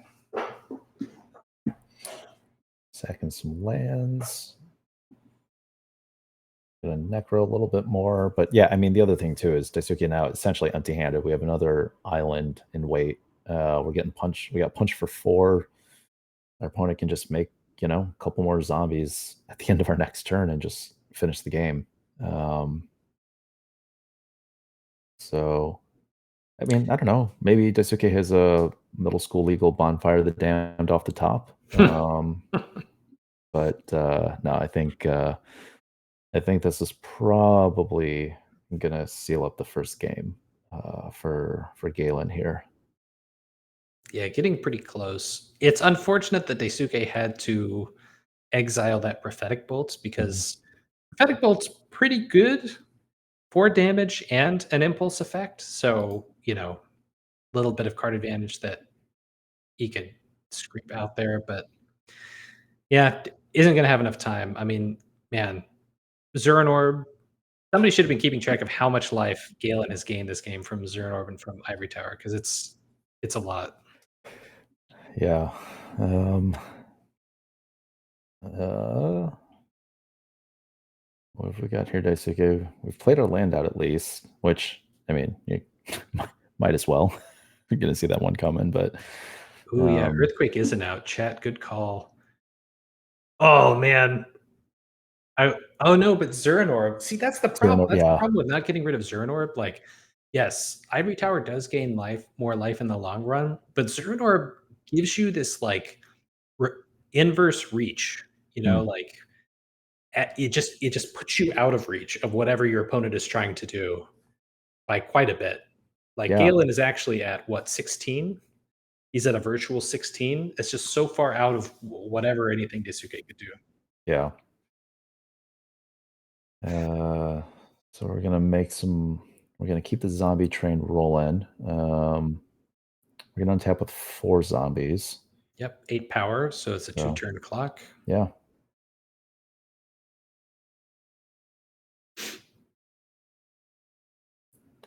Uh, yep. Punch my opponent in the face and oh, just in case flicking that card, maybe I don't know what we would You can have. you can block with the Fairy Conclave. Yeah. Oh, yeah, Yeah, bolt. bolt something and yeah. It's just so yeah, I don't know. I feel for Daisuke. It's like your opponent is at such low life actually, but virtually they're just completely out of reach. And there's Yeah, really no line I think that Daisuke could take at this point to win. Like there's just too much life you would have to fight through. too much life and, some of the things that are like earthquake or some things that maybe like answer stuff, it's like a turn. Yeah. You're just kind of delaying the inevitable at this point. And certainly with earthquake, it's like, fine, cast your earthquake. I'll gain some life to get myself out of earthquake range because Zern Orb is, as we were saying, is a totally fair card, and then just end a turn, fine, I'll remake those zombies, and we're back to Yep. score, where we were. So, um, Galen drawing a few more cards. Well, not drawing, necroing a few more cards. Yep. So, this like I like this counterburn deck. I mean, it's kind of like elegant and beautiful in its own way, but I wonder if it really needs like 2 or 3 sulfuric vortex in the sideboard or even Mhm. like 1 in the main just to give it a chance against like life gain because it's such a fair deck. I think it would struggle to even deal 30 points of damage, let alone like 40, 50, 60, which you can often see with ivory tower decks. Yeah, no, that's actually a really good point. Yeah, that's actually, I'm very curious. I don't know, maybe Daisuke will catch this on the playback, and you may be able to influence some deck changes for future league. But players are heading to sideboard as we expected. We kind of got a quick flash of Daisuke's sideboard when we were cunning wishing, but what are you seeing out of here that you kind of like? Because it's again kind of the classic control sideboard of I just need to have answers for stuff. It's always tricky. I don't know about you. I find it tricky with wish boards. Granted, we just have a single cunning wish of like, okay, how much of my sideboard is committed to the wish plan versus other stuff. But um, you know, Yeah. I think the one I think you could maybe just take the cunning wish out and you board in a second annul mhm, uh, that you have. Um, you board in the overload probably. yeah, The uh, I don't know about forbid or capsize. I mean, the game is so long that capsize maybe could be relevant to like bouncing zombies, something ridiculous like that. yeah. Um, I think you'd want to bring in Grim Lavamancer. I like the Grim Lava Mancer for sure. Maybe the fledgling dragon too. Like you just want to bring in more threats. Um, if you're Galen, I don't know how many swords you keep in. Swords are fine for manlands, I guess, and kind of like keep you from just dying. But yeah, it's kind of swords is a little awkward in this. It doesn't have a huge impact. Um, Mog's salvage you could possibly bring in. That's just like an expensive shatter. Starstorm, I guess, might be good enough with zombies. I don't, probably not though. Nev's disc though, definitely. Oh I yeah, think is like Deed is the best way to deal with these tax rack decks, yeah. and Nev's disc is second best. Hey, if you can't play, if you ain't first, then I guess take silver and at least get your Nev's disc. But yeah, I'm with you Yeah. there. You got to clean up this stuff as much as you can. That one for one, like we saw, right? If we could have gotten rid of Ivory Tower and Zern Orb, right? Very different situation versus like having to pick off just one thing at a time here. So um, Galen, similarly has some stuff for like different matchups, right? Some pyroclasms for creatures or whatever else it might be. Probably bringing in defense grid seems okay against a control deck, pretty reasonable, I would imagine. Yeah, yeah. It's I wonder how good defense grid has been for them because when I'm playing a defense grid sideboard, I want like 3 or 4. Yeah. When it's just a one of, like, it's pretty easy to counter and then still have other counter spells up. But like the really annoying thing about defense grid is when you're like, all right, I'll play the first defense grid, that gets countered. All right, what about the second one? And just like make them keep having to have answers. Yeah. They feel Uh, comfortable. They're like, "All right, we dealt with it." And you're like, "Just yeah, kidding. There were 2, right?" right, And right, especially right. for having to like e-tutor for it if that's our Oh, plan. it's a 2 for 1. Yeah. Yeah, right. It's awful. It's not like you're pretty happy as the control player to counter an E-tutored defense grid. Like, yeah, I got plenty of value off that. No problem. Yeah, please expend your cards. Yeah, because then again, otherwise Galen's having to do what we saw a little bit of in that first game of set things up with either leading with a duress or an Orum's chant to try to force some of this stuff through. But then, unlike the first game, Visuke actually can answer these things once it hits the board, at least a little bit more consistently or efficiently. So, um, yeah, it'll be uh, It'll be interesting. I like seeing stuff like this where it's not just a like, okay, well, it's a total slaughter fest game one. We go to sideboard and then it like swings massively. Like I think about like, Yeah. I don't know, vintage where you're like, ah, yes, 70% of my sideboard is for dredge. Good luck. It's things feel like there's a little bit more play still, and it keeps things interesting. So Yeah, for sure. So Galen has a Karmic Justice mm, in their sideboard, which I would be inclined to bring in. I mean, yeah, it's just one Nev's disc, but also like Karmic Justice is a pretty funny answer to Nev's disc. It's a good answer to Pernicious Deed as well. yeah. Oh, you sure you want to do that? Yeah, Uh, right. You know? I mean, it would be completely bonkers if it was just any permanent. Thankfully, it's non-creature, permanent, or else, like, you're just like, "I have Karmic Justice and a bunch of zombie tokens. Your go." Right. But Yeah, yeah, right. no, it's, I am with you. I mean, that definitely like we were talking about, right? There's some cards where it's like, yeah, I can probably shave, like, 1 or 2 swords. Like, this is it's always one of those things with against control decks where you're like, even if they have, some man lands or they have some creatures they're potentially bringing out of the sideboard, it just feels so awful because like those swords are not the main thing that you're really trying to do or the main thing that you're trying to kind of fight on Right. the main axis. So I'd be inclined to trim those. Trim a couple, yeah. I But think Warmth is also kind of a funny card. I don't know if it's technically correct to like bring in a Warmth, but Daisuke is so burn based, and you're like just trying to gain more life for a Necro. Uh, it would kind of like put you, further out of reach. yeah, But I'm not sure if you can make room for Warmth in this match. yeah, I'm with you. Unless we're like, oh, are we shaving like I don't know, like a lotus petal or a mox diamond because they we're not trying to push as much on like get my thing out as quick as possible right now. After sideboard, I don't know. Yep. Uh, Back to the defense. Okay, so yeah, we see yeah, the Grim Lava Mancer turn one. lava Perfect. man. Back to the defense grid question. Yeah, one defense grid is fine. I think the all star in that last game was Orem's Chant. Yes, That card and Abeyance have shown up in this league. They haven't really been on my radar before. They have both been great for anti control tech. just total house. I mean, any of those sorts of effects, if you're playing silence in other formats, whatever, it's just like you either have to answer this or you don't get to answer what I actually care about, you know? Or sometimes, I mean, it's just like the tier 5, the big head play. If you're just like, yeah, I'm gonna cast this orange chant, and your opponent counters it, and you're like, okay, well, I didn't have anything anyway. Here you go. Like, Right. got the Yeah, 100 right. bill. Like I was actually hoping you would counter that because like that's really what I wanted to happen. I Yeah. wasn't actually going to cast anything afterwards.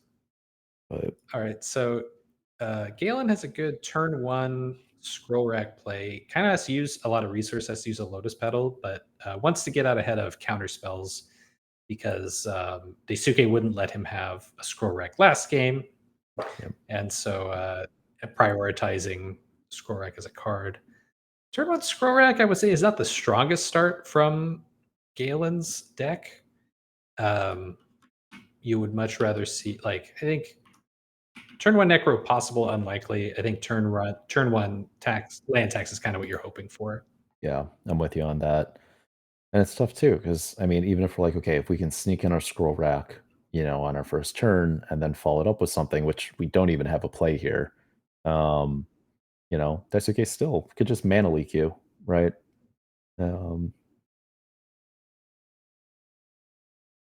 let's see here. So is Daisuke going to attack? I think that's a big question here. If they do, they probably have an annul in hand, and if they don't, they probably have a counter spell at hand. Yep, really good read. Not feeding the lava man. I mean, Or an lava intuition, man. I guess. Yeah. True, true, yeah. Lava man's still turning sideways. We're still gonna just get in here. I mean, let's see here. Okay, so we're gonna scroll rack. So this makes me wonder if we're gonna rack our hand. Oh, the whole hand. So we Yeah. didn't like any of it enough. I was gonna say I was wondering if we are gonna rack part of our hand and then try to like tutor shuffle, but No, just have a garbage hand. Let's just draw 5 new cards. Yeah. Yeah, it seems okay. I'll see one of these again and then just kinda get I mean, hey, sometimes you do what you gotta do, but I mean, it does make me curious, what did Galen keep that we are like, "Okay, are we, like, hinging everything on this scroll rack?" I know we talked about this a little bit before the match of, like, are you keeping some suspect hands? Because 'Cause you're like, "Well, I can just rack it away. It'll be fine, right?" Um, gonna see probably an upkeep ice here, yeah. Yeah. Ice Yep, the Cave. I like that. So keep Galen off of Necro mana if Daisuke doesn't have a counterspell, let's say, or is worried about Chant or, whatever else. Yep. So keep Bug from Galen. Probably not doing anything this turn. yeah. I wonder if they're even gonna rack at end of turn because that takes a counter off Gemstone Mine.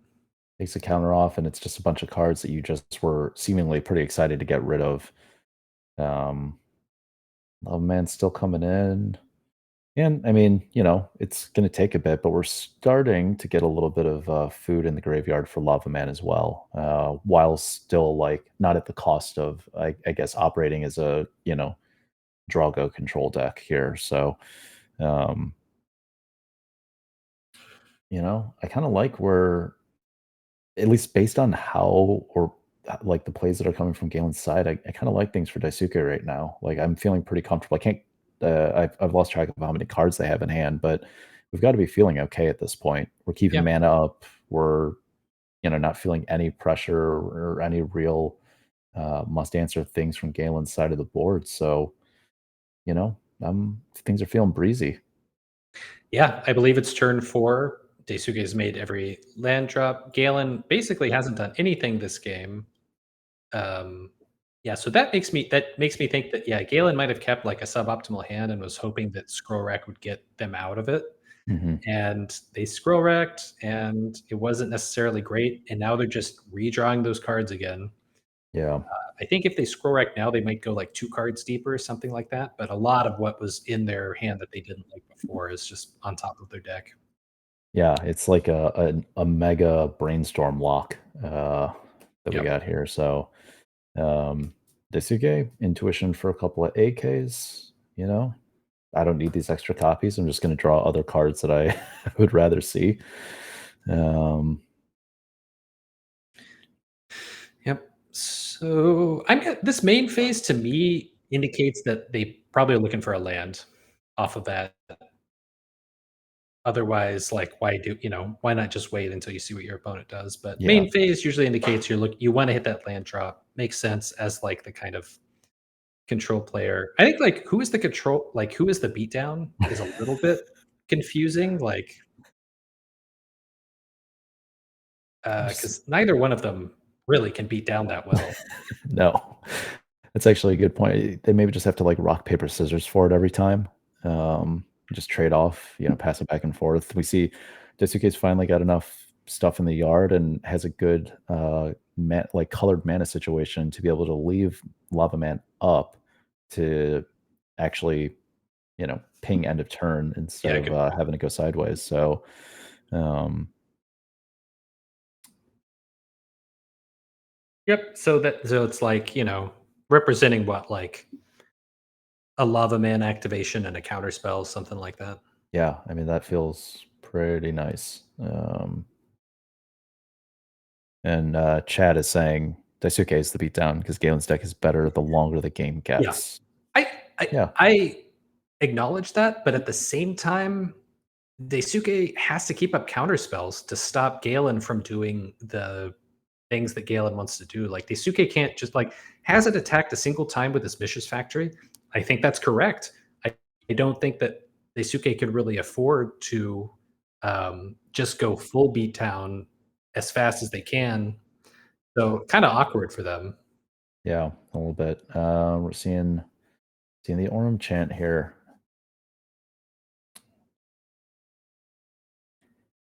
Gonna gonna fling a force at it. A little gusto behind that. I like it. Pitched a prophetic bolt. Okay. So Daisuke representing that he does have a counterspell after this force of will. Um, although you might wonder, like, well, why didn't they do counterspell first and save the prophetic bolt in case Galen didn't actually have a follow-up. So yeah, this is brutal. Orm's Chant and Duress, Yeah. same turn. We're gonna counterspell that, and we still have the mana to slam a Necro A here, Necro, yeah. which is bonkers. Ooh, ooh, Ooh, Savo's Web. Sabo's Web, okay. Not that impactful on this current board state, although total Daisuke has 5, 6, 7, 8 lands that would not untap under Sabo's Web. I mean, that's not nothing, but yeah, I not as excited. Oh, we're just gonna force it anyway. Um, so we won't even have to play the game of is Sabo's Web gonna impact this game? It's just gonna go to the graveyard. And yeah, I mean, Daisuke clearly going into that turn had no worries in the world, just had all the mana, or sorry, all the counter spells, and still gets to shoot Galen in the face with Lava Mancer. So Yeah. that's rough. Okay. Swords, so it did keep in some swords. Okay, interesting. So I'm a little confused. It looks like Daisuke forced pitching a null. Hmm. Oh, for the duress. But then, that's unfortunate. Yeah. Didn't keep the null around long enough for the Sabo's Web. Okay, so I was saying, Daisuke can't just attack with Mishra's Factory. He needs to try to keep Galen from doing anything. That is true for as long as Daisuke has things in his hand that he can actually play. But now, I guess he still has Counterspell mana up. Yeah. Still 3 mana up. And I mean, both players use quite a few resources there. I think we were at 2 cards in hand each at that point after that exchange. So, yeah, feeling pretty comfortable there. And Galen, I mean, is at 11 now. So surprisingly, life totals drop. Oh, we've got another. Ooh, Mana Leak. Interesting. Although, okay, so I think Daisuke is representing a null here because, yeah, so it's countered. It's countered with a Mana Leak, Zombie Infestation, 1 card. 1 card in hand. Yeah, Yeah, Daisuke says, "Sure, that's fine," right? Even if he had the annul, I mean, I wouldn't cast annul there. You would need definitely some kind not. of draw engine to get it going. Yeah, I mean, there's certainly from this position, and even there's just much meatier targets to point and null at. Yeah, chat is correct. 1 card zombie infestation typically not the best. Not the best. But I mean, Daisuke now again very low on cards in hand. Galen could, draw a land tax, and this game could start turning upside down a little bit. So we haven't slammed anything from the top of the deck though, so that makes me think that we may. I think the plan might be to discard 2 cards to block this Mishra's Factory, but that plan will get blown out by, like, Prophetic Bolt or, even just, like, a Lightning Bolt. Yeah. Oh god, if you give Daisuke the value of a prophetic bolt here. I hope I see it. Yeah. It's rare that I think the Fact or Fiction deck is the good guy, but Daisuke is definitely the good guy here. I'm rooting for him to get through Yeah. all of this, card advantage. Yeah, so we're pitching the cards to make a Alright, zombie here we go. Yeah, he has the fire. as the fire. Okay. Yeah, I'm with you. I mean, you know, Fact or Fiction deck, normally you're like, "Hey, that's not fair," but then you're like, "Oh, your opponent has land tax and necropotence." Yeah. Just kidding. You're doing somehow the more fair thing by getting all these cards, especially when it's costing you so much mana, though. So Alright, Galen did the whole the sad one of the saddest things you could do with Scroll Rack. One card Scroll Rack. you They know, didn't find what they were looking for. Now they're gonna draw it again, and they can do a 2 card Scroll Rack, but the window is closing. I mean, Necro's bad here. Land Tax is, uh, the best draw. Could still be too slow. Galen's in bolt range here. yeah. Yeah, and Galen is taking quite a pause here. I think it is the okay. How good do I think these next two cards in my deck are? Um, yeah, I mean Daisuke again, unless something crazy happens, which it could, but I think Daisuke is going to even us up here and bring us into a third game. So yes, yes. All right, intuition. Okay, curious. I mean, do I just show you three lightning Three bolts? bolts. Yeah. You know, um, yeah. Chad is also pointing out it's a valid question. Not only how good are these next two cards, but are they good enough to actually just like are they better than a zombie that again may just get bolted or fired or whatever? Ooh. Okay, so you could go like prophetic bolt, earthquake. Um. Oh, and if you brought in the third prophetic bolt, I think that's what I would do. Prophetic bolt, earthquake. Oh no, fire, earthquake. Okay. I mean, all roads leading to the same destination, but I think we were just hoping for the spiciest option out of them. Which, Yeah.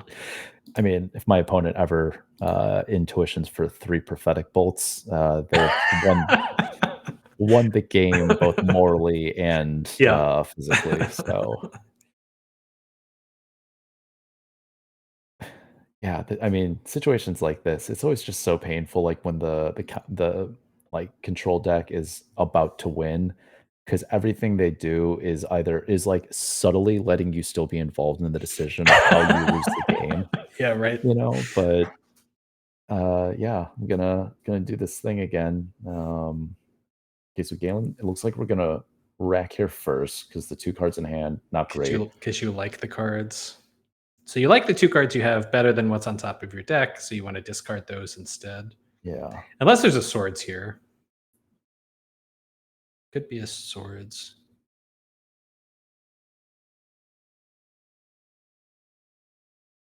What are you gonna do, Galen? I don't know, we're turning these cards sideways like they're going to the graveyard. It's tough though, because I mean, again, you make a zombie, your opponent has the fire, you're still just gonna take two, and you're just gonna yeah, Galen's not interested in this anymore. All right. I applaud Galen for making the choice there. Yeah. Just like we could do this for a while, but I think we all know what's gonna happen. So Galen going back to the sideboard pretty quickly. So I'm wondering either because I don't think there's a lot of in either of these decks a lot of like play draw dependent sideboarding options. There may just be some like yeah, I really don't like the things that I boarded. But Right. This card was a little dead. This card was rotting in my hand. Get it out of here. Yeah. So Daisuke made the comment that this is the first time I've won, and if I remember correctly, they actually played in the Swiss, and Galen beat Daisuke 2-0. mm, Just the life gain, I think, in those games as well was pretty devastating for Daisuke. Like, there's an inevitability that Galen's deck has with that life gain that mhm, eventually it just gets out of control. yeah. Yeah. So this is gonna be a fun one. I'm glad we're getting like a really I don't know, there seems to have been, like, interesting decisions, in both games so far. I think each player has held on, a little bit longer than I maybe expected them to in from certain positions, which is always fun. Yeah, I'm with you. I wanna see Fledgling Dragon make an appearance here. Hell yeah. Bring the little guy in, let him do work. But, Yeah, that'll be the first time it's been on stream, I think, if Daisuke manages to play it. I mean, I hope they do, and I feel like at that point, Galen is obligated not to Swords to Plowshare it because Yeah, right. you know, just on principle, right? Um, but players getting shuffled up here pretty quickly. So thinking about, Matt is waiting for the winner of this match, obviously, for the finals. The kind of pink weenie or pink tax deck. Who are you rooting for out of this match? Like, what finals do you want to see? Oh, definitely. I want to see Daisuke go up against the the pink protection from red deck. And I think Desuka would have a hard time beating the protection from red deck because pretty much all the removal is burn spells. Right. Um, but I think Desuke could conceivably pull it out. My concern with like tax rack versus tax rack is it's just going to be like I don't know which I would like less: tax rack versus tax rack or land still versus land still. I think this if it's a all tax rack final, that will be better because one is like a very much a beat down deck, so it should Yeah. go a little bit quicker. But just the value that tax rack enables can really extend the game a lot. Yeah, I mean, I did as you were imagining that future of a land tax mirror final, I did see the light leave your eyes a little bit, and I'm with you there. It's just like we could be here for a hot minute, and I think, all of us, stream included, will eventually want to want to go to bed. Um, What about you? What are you rooting out of these three decks that are left? What are you rooting for? You know, I'm with you. I would like to see Daisuke versus Matt, if for nothing other than to avoid the land tax mirror. As much as I love Galen's deck, I'm like, these could just draw out a little bit more than I necessarily want to see.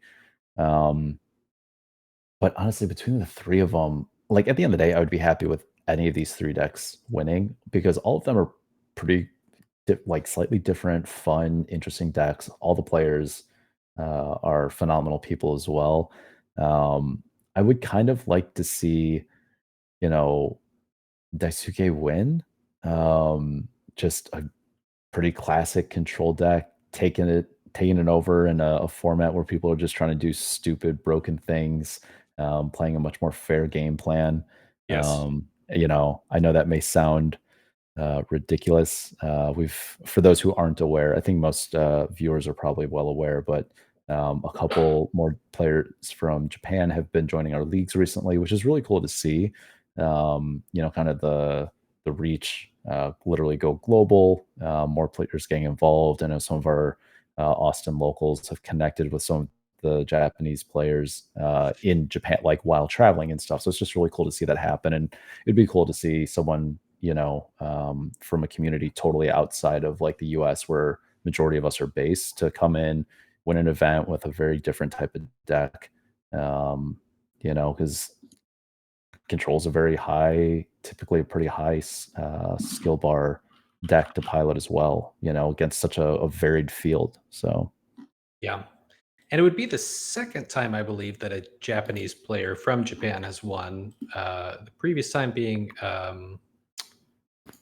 what was this? Masayuki on Replenish combo. yes. I've had the good fortune because they're a very kind person, but the misfortune of playing against Masa's replenish deck a couple times, and they have just punched my face in with big enchantments multiple times while I've had no lands. It has been a wonderful experience for one of us. So yeah, replenish though, but it is a cool deck. And if for anyone who has not seen Masa's deck, I would definitely say if you go to stonesmtg.com, the website is down below as well as all of our links, but you can see deck photos from previous leagues. Moss's deck is absolutely beautiful as well. So, And he won fall semester 2022, if you are interested in looking at that. But yeah, beautiful.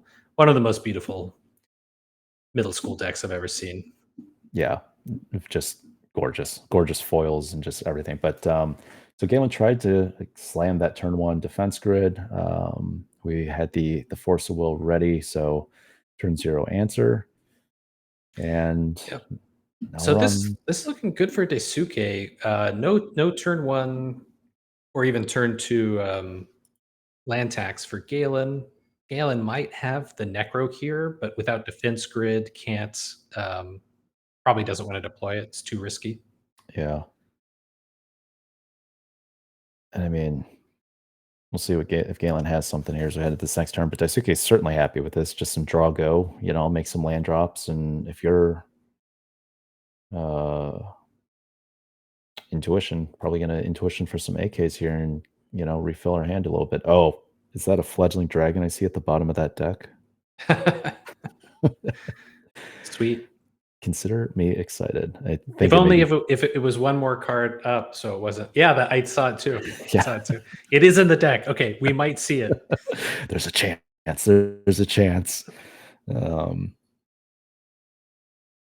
but yes, intuition for some AK-47s. Chat is calling for. So I will say too, when I played against Daisuke, I really appreciated when they intuition for 3 AKs. They let me actually choose which AK they got.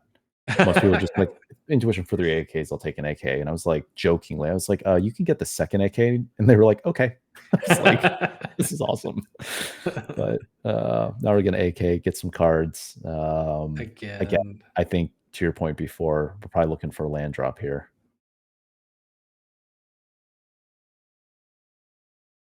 deciding what to play. Oh, no land. Have to go to discard. That's Oh, rough. Like this could be the turning point right here. This deck really wants to hit all of its land drops. yeah. That's bad. They could have a null. They could have another force of will, but really puts them at a disadvantage. Looks like we're going to get a duress here. Oh no, ivory Oh, tower. Okay. ivory tower. Okay. And I think Galen's at what does that look like? Three, is that 3 or 4 cards in hand? Maybe 5. I'm assuming that they're probably answering the question I'm asking with the die that is going on the table. So Yeah, 5 cards in hand. All right, so Daisuke misses another land drop. You hate to see it. that is Uh, rough. Galen gets 1 life. Again, Daisuke representing the 1 blue annul, of which he has 2 copies post board.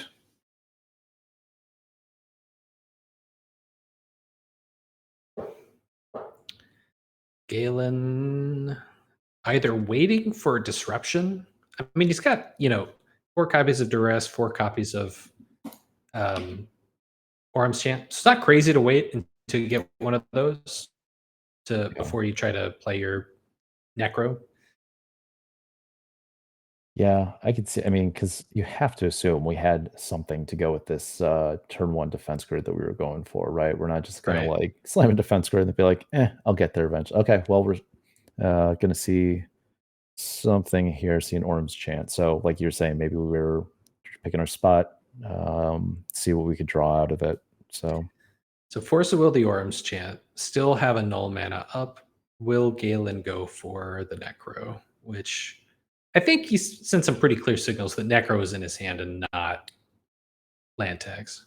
definitely, yeah. I mean, because again, to your point, certainly would have been slamming that land tax or trying to in the early turns of the game if we had it. Um, I don't know. I mean, it's tough because right, like this Galen traditional won't go players for it. land drops, right? They obviously have gas in their hand, but like slam the necro, All yeah, right. here we go. Ivory Tower down. Daisuke misses a land drop for the 3rd turn. But without Ivory Tower, like Galen's got to kind of come up with something because eventually Daisuke will draw out of this land problem. And I mean, they're basically signaling they have a bunch of gas, Yeah, I mean that's got to be a group of heaters. counter Um, spells, maybe a factor fiction or two. yeah, I mean hopefully not fledgling dragon isn't ended in the hand, but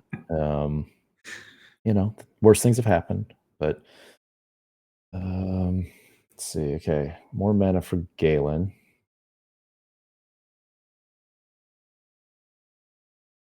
That's a lot of mana. Yeah. Could actually cast 2 Necros here. Well, here's comes one of them. I'm going to assume. Yeah, it Um, looks like they're going to drop their life down 1. Yep. oh, Ah! Showed zombie infestation, mint necro just kidding. necropotence. I'd like to play this other black enchantment, please. Yep. So Galen has 3 cards in hand, one of them being the zombie infestation. Let me counterspell that. How do you know it's a zombie infestation? Gosh, you have like X-ray glasses? Yeah. But yeah, I mean, Daisuke still has a pretty full grip here. I mean, What, he's and already burned 2 Force of Wills, so could have the 3rd. Not super likely, but yeah, yep, second Necro, here we go. yeah.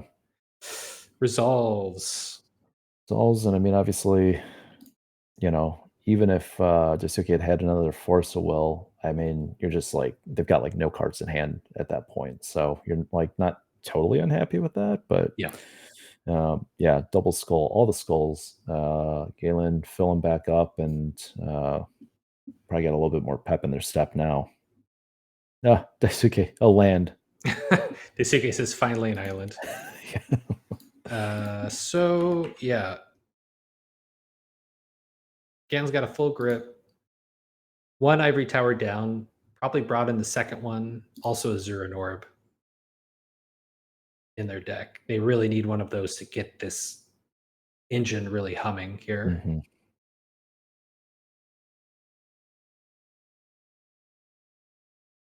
Scroll wreck. Suke says that's okay. Yeah,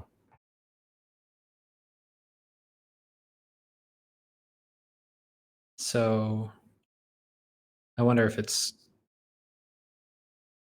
fact or fiction here. I mean, again, like Necro is not the worst card for Daisuke so long as they can fade life gain. Because hmm. like Necro's great with Bird. Oh yeah. They're fantastic friends. Well, especially when it's in a necro in a deck that isn't going to necro and then just kill you the next turn, Yeah, right? exactly. Like, there's the infestation. All right, so That one is, Daisuke counters the zombie infestation.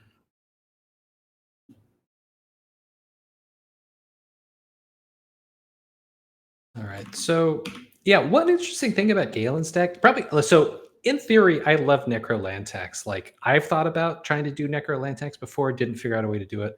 mhm. Love that. The thing I don't love is really this deck just has 2 ways to win, and that's 2 copies of Zombie Infestation.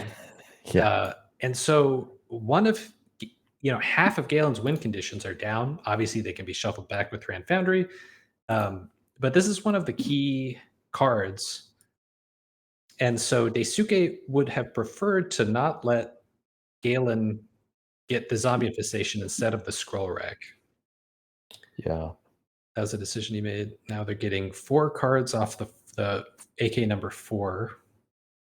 So things are looking pretty good for Daisuke here. yeah.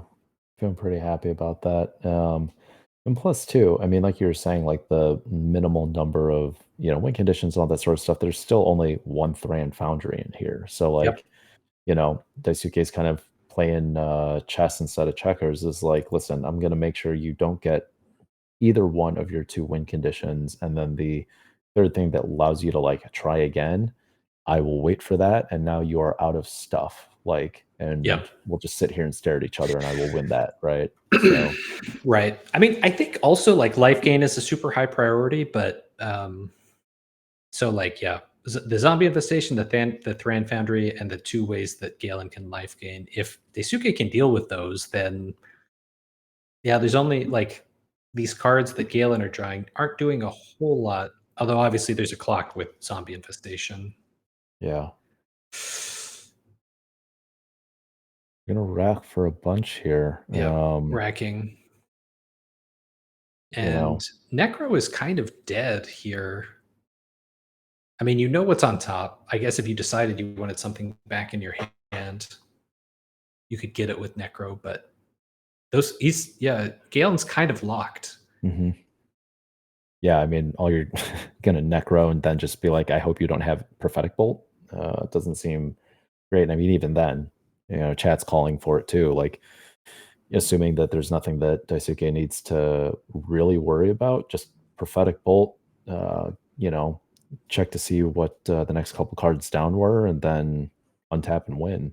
Um,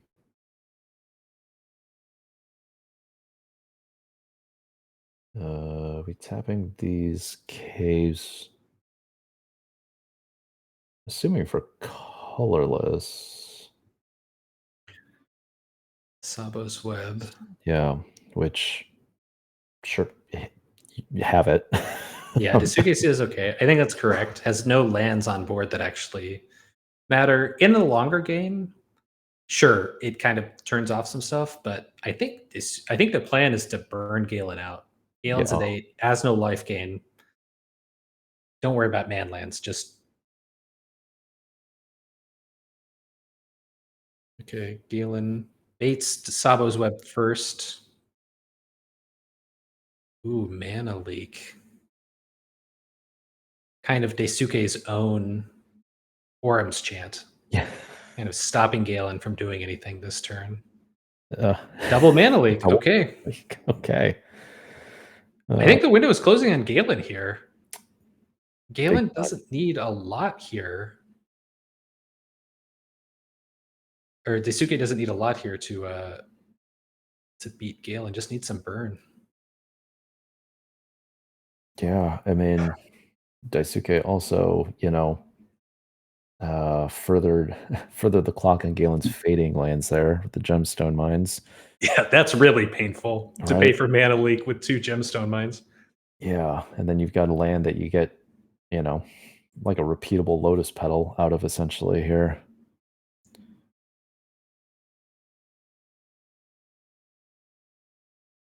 Galen's playing out these lands. Doesn't have many.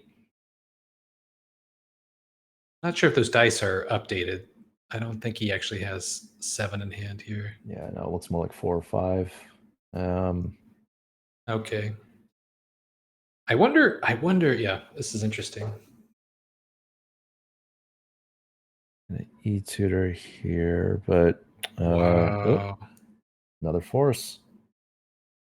That's an aggressive force. And I understand why Daisuke does that. Like, it's so dangerous to let the Enlightened Tutor resolve with a duress, like with duress and Orm's chant floating around. Because, Mhm. like, obviously the sort of common thing you do is you let Enlightened Tutor resolve, you let them go down on a card. But number one, Galen's stuck here with cards he doesn't want. Number Yep, two, there could be a duress just around the corner. So you don't let Galen have that. You don't let Galen shuffle, yep.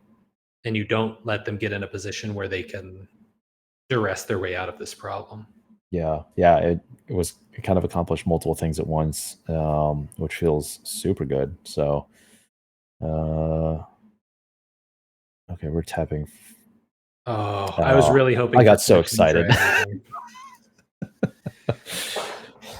Yeah, Disc is an interesting card here because Necro kind of stops. I don't know, like Galen I'm doesn't get a draw step. Yeah, I'm totally happy leaving all this stuff on the board. Like no draw step. We Galen can't afford, as you pointed out, can't afford to necro anymore. So the scroll rack is just recycling the same cards right now, especially since we Over and denied that. over. Yep. No shuffle with Enlightened Tutor. I mean, I think Galen gets like a life gain card, like probably Zurin Orb, Mm-hmm. but even in some situations, you would just like waste the Enlightened Tutor just to shuffle your deck, just to see new cards on top. 100%. Yeah, you almost don't even care what you get. The big thing is you're not looking at that same 6 cards, whatever else it is. But Daisuke leaving 2 blue mana up, I'm sure that doesn't signal anything. Galen's going to go rack in here and see what we can find. But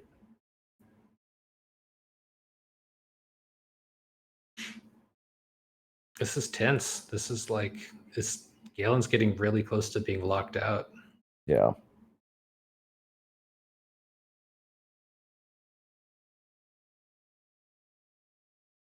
So Zurin Orb, way better here than Ivory Tower. With Zurin Orb, you can gain the life immediately. Galen is expressing his frustration. Didn't necessarily like what he saw with the scroll rig. yeah, it's bad when your opponent is scroll racking that are not even trying to bluff, like they're not even trying to hide how bad the cards they just saw were. Yeah. But Um,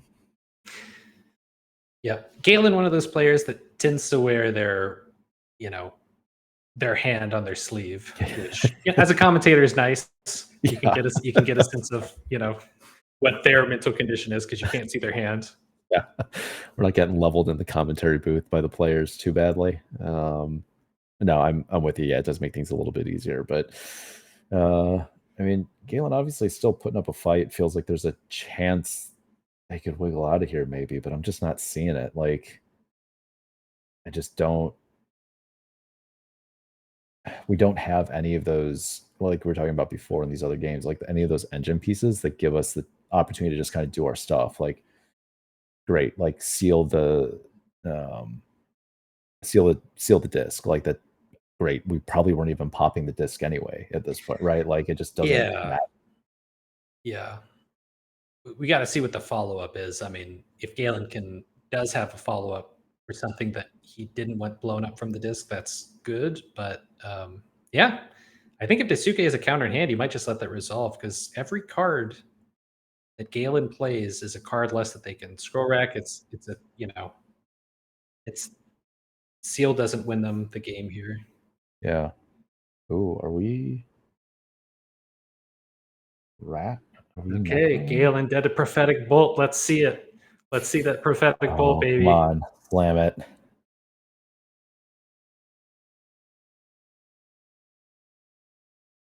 Uh, Oh, the dragon. yes. The dragon. Oh, dragon. I think Galen may be double checking what fledgling dragon does right now. It's a Um, it's a 5/5.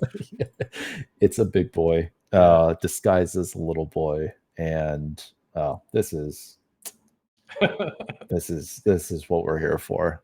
Yep. So this is a 4 mana Shivan dragon. Unbeatable, chat. Just, I mean,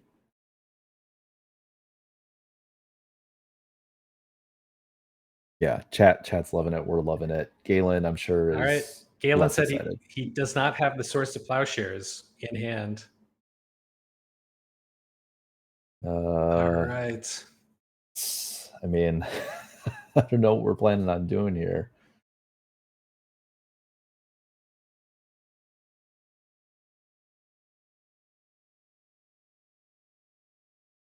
Rack for a bunch here, but even if we find it again, like, we're gonna need chant plus swords. Unless Daisuke All is just like right. throwing a mad bluff out there with this 2 blue mana up. Oh, Galen found the swords. That's so sad.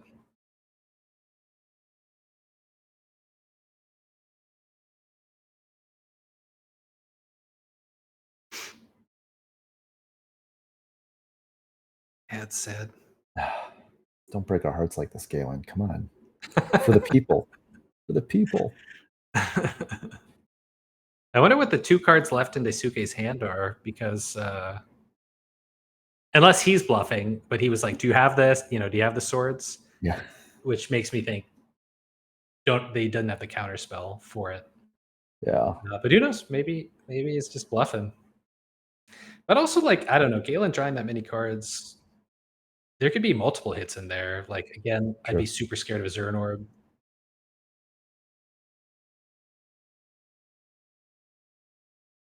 Oh, Okay, the leading rest. duress. Oh, Lands.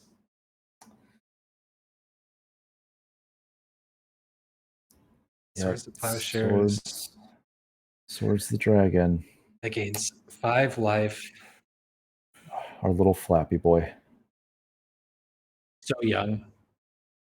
Never had a All right, what chance in else the can world. Galen do here? Because again, like a prophetic bolt off the top wins Dasuke the game. Yeah.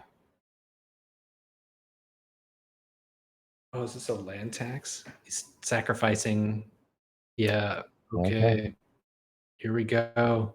I mean, Big draw step for Dasuke here. this is a huge draw step. Oh, wow. I thought, whew, okay. I mean, let's see what happens. Woof. Yeah, chat, I agree. Things are in fact getting scary here. Um,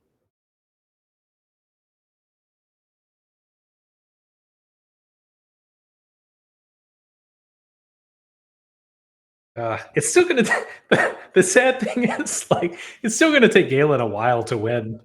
Like it's this is the door is closing for Daisuke to win here, but it's not like the game's gonna be over soon. it is true. We're Yeah, in the I'm not dying phase, not the I'm winning phase. right. Um, And yeah, I I think Galen needs more win conditions. I don't know what would be a better Splash Blue. You get Psychotog. That's kind of a yeah, quicker clock.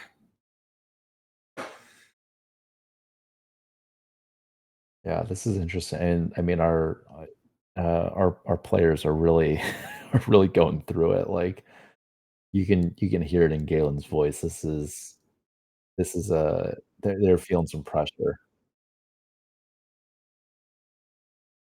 Yeah, I think yeah, Galen can't go down to 3 here. Absolutely not. You cannot open more avenues for Daisuke to just top deck and kill you. Come on, Daisuke. Come on, Daisuke. Mm, Uh, doesn't have it. Doesn't no. have it, man. Either that or this is the most brutal slow roll. Uh, oh, overload the Ooh, scroll rack. Okay. okay. Okay.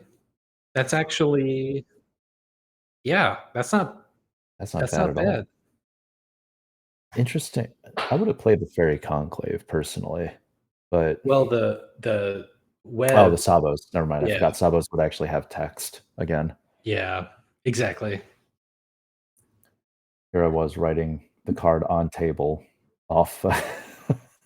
Just I wrote it off earlier and just never went back to it. So, um, dang. Okay. I Yep, mean, Galen is at least getting a shuffle here, but again, we can't necro. We don't right. have our scroll rack anymore. Living off the Um, top of their deck, there's plenty of dead draws. There's good draws too, well, but but that's the thing. There are no draws, right? Because a necro. oh, because a Necro. Yeah, you're right. Can't stay at 3, thinning their deck. Right. What does Galen have in their hand? Yeah. I mean, I'm hoping we kept another rack or found one from that last. Ah, Yeah. boo. All right. Boo hiss. Boo hiss. Galen even said he was sandbagging it, so all right, fair enough. Oh, Um, no. yep. Here we Okay. go. Oh boy. Ooh. Yeah. I heard Daisuke make a little noise, and in my head, I just made the same one, like, that's that is a long-term winner, but that doesn't keep Galen from dying this next turn to a Prophetic Bolt, Yeah. Yeah. Yeah. unless Galen has the nuts and already has it in hand. He's score wrecking for 6. This is awful to watch. Jeez.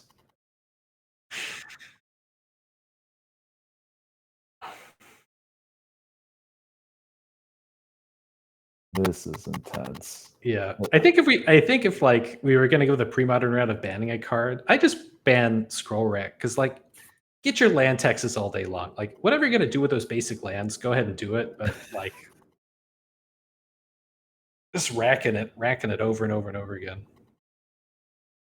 It Alright, so feels wrong. yeah, yeah. I think Daisuke has a chance here if Galen doesn't go Zuran Orb because he wins the Prophetic Bolt. He can also just, like, draw another, Shatter effect, Mm-hmm. although, man, that feels bad to not shatter the Scroll Rack.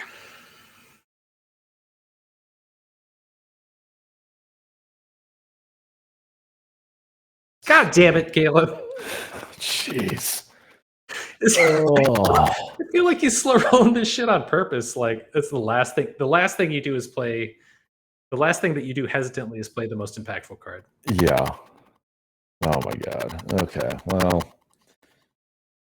um, Natsuki plays a very sad fairy conclave. Yeah. Okay. Well,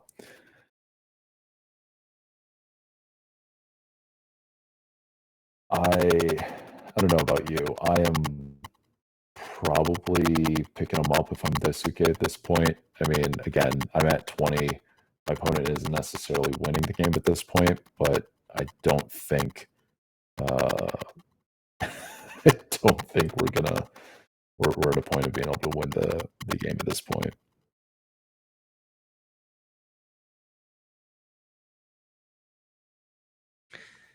Chat, is the static on both of our parts, or I can hear it on Kai's, but I don't know if I'm making the noise. How It's weird, just 'cause Kai.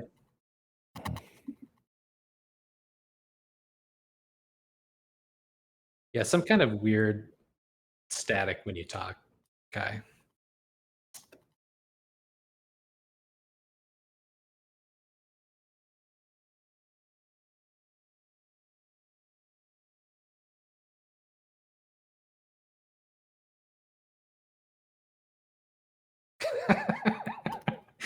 Chat saying his sound got agitated by the slow roll. Yeah, loose cable, maybe. Could be the storm. Could be related to the storm, maybe. I don't know. I don't know how electricity works. I'm not an electrician. yeah, same, clearly. Yeah, because I am hearing it on my end too when, like, you're talking.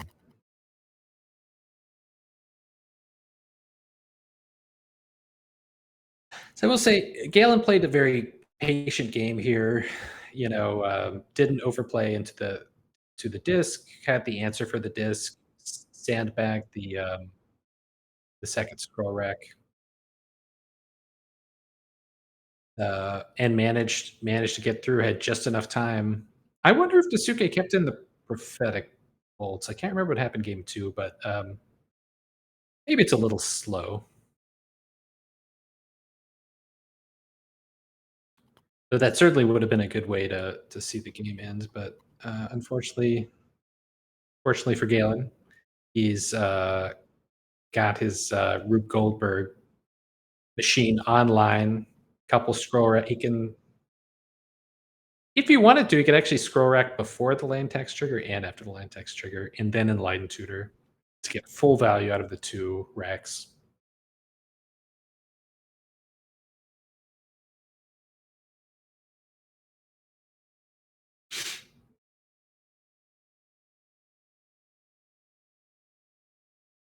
All right, so yeah, it looks like it's going to be an aggro tax versus slow tax in the final. Uh, I think in that case, I'm probably rooting for the aggro tax just to get it over with, just to put a bullet in our brains. Yeah, I'm with you. Let's be done with it. All right. I don't know if my audio is fixed. I will say I'm not hearing the static on my end anymore. No, I think you fixed it. I don't hear it anymore either. Awesome. Yeah, producer Rob, being the AV expert he is, was like, just do the classic unplug things and plug them back in. Uh, so figured it out. But um, did we know we were signing up for 6 hours of commentary? No, but at least we're here having mostly a good time. Um, but I am Yeah. curious at what point Daisuke will, yeah, at what point Daisuke will may wave the white flag. But yeah, there was always a chance. Like we knew who was playing. We knew there was a chance that things would not go well. Yep, we're horn chanting, and I assume we All probably have right, let's zombie hope this is infestation Zia close a behind. zombie devastation. Okay, he has the win condition.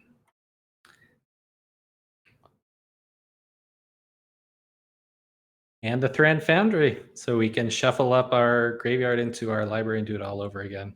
Yeah, This I is what we would call in the business a lock. See, and this is, I don't know, like, yeah, I think I said earlier, Pernicious Deed, number one way to deal with this deck. Nev's Disc number two. mhm. Nev's Disc is a distant two because, like, I have almost never seen a Nev's Disc on tap.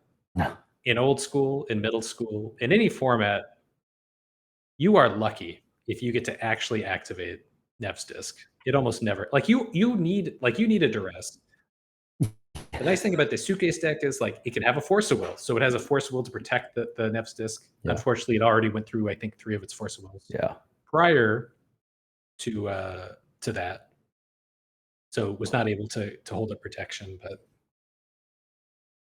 yeah, Dasuke I think is thrown in the towel here. Yeah, I have to imagine. I mean, um, for their benefit and ours, but, we're starting to rearrange some mana here. So maybe we play a Prophetic Bolt. Okay. uh, Prophetic Bolt just a few turns too late there. Yeah. I think, yeah, it's a little sad. Just didn't get the Prophetic Bolt on time. Yeah. Yep. Daisuke saying, "I'm not doing this anymore. I'm Yeah. done." This is like Oh, I okay, so I will say we have it a little bit better than Daisuke because like this is at night, and I feel like okay, you can get done with this game, then you can go to bed and you can forget about it. It's morning in Japan. This dude has to do his full normal day after having this happen to him. So, Daisuke, my heart goes out to you. You fought valiantly. Uh, I yeah, I forgot about that point. I wholeheartedly agree with you. Daisuke fought very valiantly. Awesome deck. We were pulling for you. A lot of people in chat were pulling for you as well. Also, I mean, we were also pulling for the dragon. Let's be honest. So we got to see the yeah, dragon. Didn't stay on camera for long, but hard fought. man, why didn't they give that And dragon haste too? That I one. mean, God, come on. It's a red creature. It deserves to have haste. That should be like the default templating for every red creature. Make it happen, Wizards. You're doing great with all the other card design recently, but yeah, no, I hopefully Daisuke hasn't mentioned to too many people that they were playing you know, semifinals or potentially elimination round of Magic today, and no one's going to be asking them all day how, hey, did you have fun playing your Magic game today? You don't want to answer that question right now. So, but okay, so we are going to have our land tax mirror in the finals here, um, which I like you'd pointed out earlier, the potentially saving grace is the fact that it is not too particularly slow land tax decks. Matt, the pink weenie tax, whatever you want to call it, will have the option of getting turning things sideways a little bit quicker, which may keep us from going till all hours of the night. Who knows? There's crazier things have happened, but it should be again, interested to see how this one plays out. For sure. But yeah, chat. Very curious. I know chat's got a lot of opinions on this sort of stuff, but very curious to see who chat's rooting for. I know we had a lot of people pulling for Daisuke to make it to the finals there. They've fallen to Galen's just Frankenstein's monster of an engine of things here, but um, yeah. So we'll have a little land tax face off here in the finals. It's going to be a fun one. I'm excited for it. Yeah. I wonder, what do you think the odds are that both games are just strictly Mox Diamonds games, and neither opponent ever plays a land? It's like, well, I'm not going to let you have your land tax. Well, I'm not going to let you have your If land you're tax. land tax, yeah, right? Or If you're that like, happens, at some point, I think you and I should just give ourselves like the veto power to just drop in and just be like, we've decided this is over. We can't do this anymore. You know, so chat, we appreciate that. Chat saying they yeah, feel like we are the real champs of the league, but yeah. um, yeah. So, Oh yeah, but let's please take an intermission, catch yeah, our breath I for feel like this we're gonna need it. finals. We'll go, yeah, inject some adrenaline straight into the system or something, and be back in a little bit with the finals.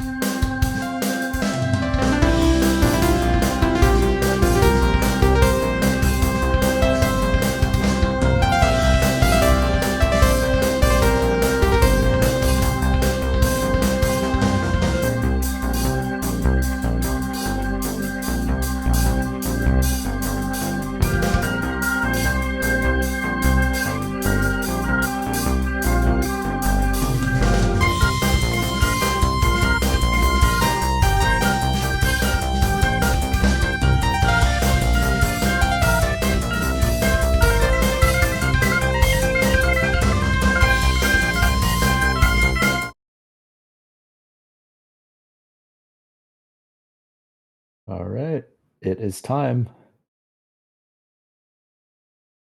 Time for super speedy decks. There's not gonna be any waiting around, any, any of that boring library searching and shuffling.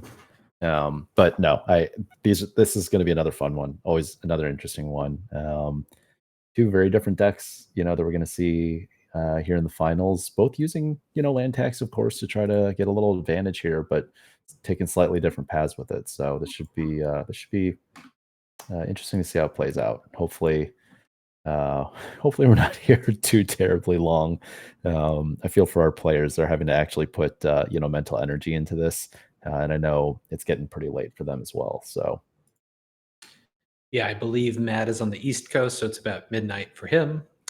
So I can definitely take a toll. It's yeah, not as bad as like a 9 round GP or a day one GP, but definitely does this take a toll after you work a full day of work and then come home, have to put the kids to bed and then do a couple rounds of Magic. yeah, that's a lot. But we're these are resilient players, they're strong players. That's why they're here. I think players are working through mulligans and all that sort of stuff. I realized I didn't ask Lauren. What do you have in that glass of yours? It looks something brown and delicious. Yes, this is like about half scotch, like scotch that I don't love, so I'm willing to mix it, and then half Amaro Nonino. Ooh, So yeah, Amaro Nonino is like a digestif. It's pretty sweet as far as Amaros go, but mixes really well with a little smoky scotch. nice, nice. Well, and especially if it's a scotch that you're not super keen on, you're like, well, we can do something with this. Yeah, it's chat is interested in knowing what scotch it is. So it's Lafroig tin cask strength, and I love Lafroig tin, just the regular. Yeah, That's yeah, same. very like smoky and rubbery. Yeah, the cask strength I just don't like as much. I don't think it's as flavorful. Mm, So I'm happy to cut it with something else yeah. because I do like mixing scotch. I do like mixed scotch drinks, but obviously like the really good stuff you don't want to mix with anything. Yeah, there are definitely some of those bottles where if anyone reaches for anything else after and brings it near the glass, that is punishable by death in Yeah. most counties. So, For sure. um, Even yeah, ice, like, yeah, just like a drop of water. That's it. That's all you yeah, get for a really good scotch. 100%, 100%. Yeah, normally I'm very much in the camp of like the only wrong way to drink any alcohol, if you do partake in alcoholic beverages, is to drink it a way that you don't enjoy. But there are some spirits and liquors and things like that where I'm like, listen, if you can't enjoy it as it is, for the most part, like just don't have it. Like you're gonna Yeah, ruin this. And it's probably way more money than you should spend ruining something. for sure, for You sure, know, yeah. I unfortunately in my days have seen far too many bottles come from high up shelves and they get mixed with like Diet Coke from a Oh, Top no. Gun, and I'm just like, you can leave. Like nobody wants you here. Yeah, what's a worse mixer than Diet Coke? It right, like it's just you're out to hurt people at that point. Yeah. I So guess, like, Red Bull is pretty bad, like, vodka Red Bull, sure. If you need to stay awake and you need to get drunk, perfect drink, but, like, Scotch Red Bull? Like, gin Red Bull? I yeah, those hurt thinking about it. Um Producer Rob is pointing out we lost half the viewers when Daisuke lost, meaning it was all of Uh, our watchers from Japan that were like, "Well, we're out." yeah, bummer. Don't blame them. Or people who just didn't want. They were like, I mean, we weren't exactly talking up the Lantex mirror match, so we may have done this to ourselves. Yeah, we didn't help the viewership numbers here. Um, They're just like, I'll watch the VOD tomorrow. It's fine. I'm like, going to whatever. bed. Oh, yeah, the VOD or the YouTube playback at 1.5x speed, we're good, but, Yeah, there you um, go. That's the pro play right there. yeah. We are seeing though, one of the actual gameplay things you did mention, which is getting that land tax off a Mox Diamond. And Galen isn't gonna just shatter your Mox Diamond and leave you for broke. So Yeah. I wonder what he's thinking about here. Like, turn one Pete Bug to me screams Necro. mhm. Is Galen trying? Is he like, oh, well, maybe I duress here instead of playing Necro, and maybe I keep this Lantex from being good? Um, yeah, Galen says YOLO. Yeah, I think it's probably the correct play. Like, nice Lantex. I have a Necro. Just get that value as quickly as you can. get that value, and there's still, if you really want to get the most out of the slant tax, there's still other pieces you need to put together. Yeah. Um, But, or who knows, Matt may just be like, "Yeah, cute. I'm gonna untap, play a beater, and, my beater versus your necro," you know? Yep. I do think if Galen had like a disenchant effect there, you might disenchant the land tax because again, I think there's a lot of really bad land tax hands out there where it's like if they get their land tax blown up, they're screwed. Yeah, And that's one thing that middle school has that pre-modern doesn't is force of will. Like you keep a bad 7 or a bad 6 or a bad 5 off a land tax, and then you just run it into force of will, and the game is practically over at that point. So yeah. It's the classic, "The game is over, you just don't know it yet," but, right. um so we have text here. And yeah, I mean, this is as we saw in like both of these in both semifinals matches and stuff like that, these, kind of turn 2, 3 plays really start to push the game in a certain direction. There's not as many set up in okay, yeah, we've got a beater. No scroll rack or at least making the choice of Yeah, seal of uh cleansing maybe. yeah,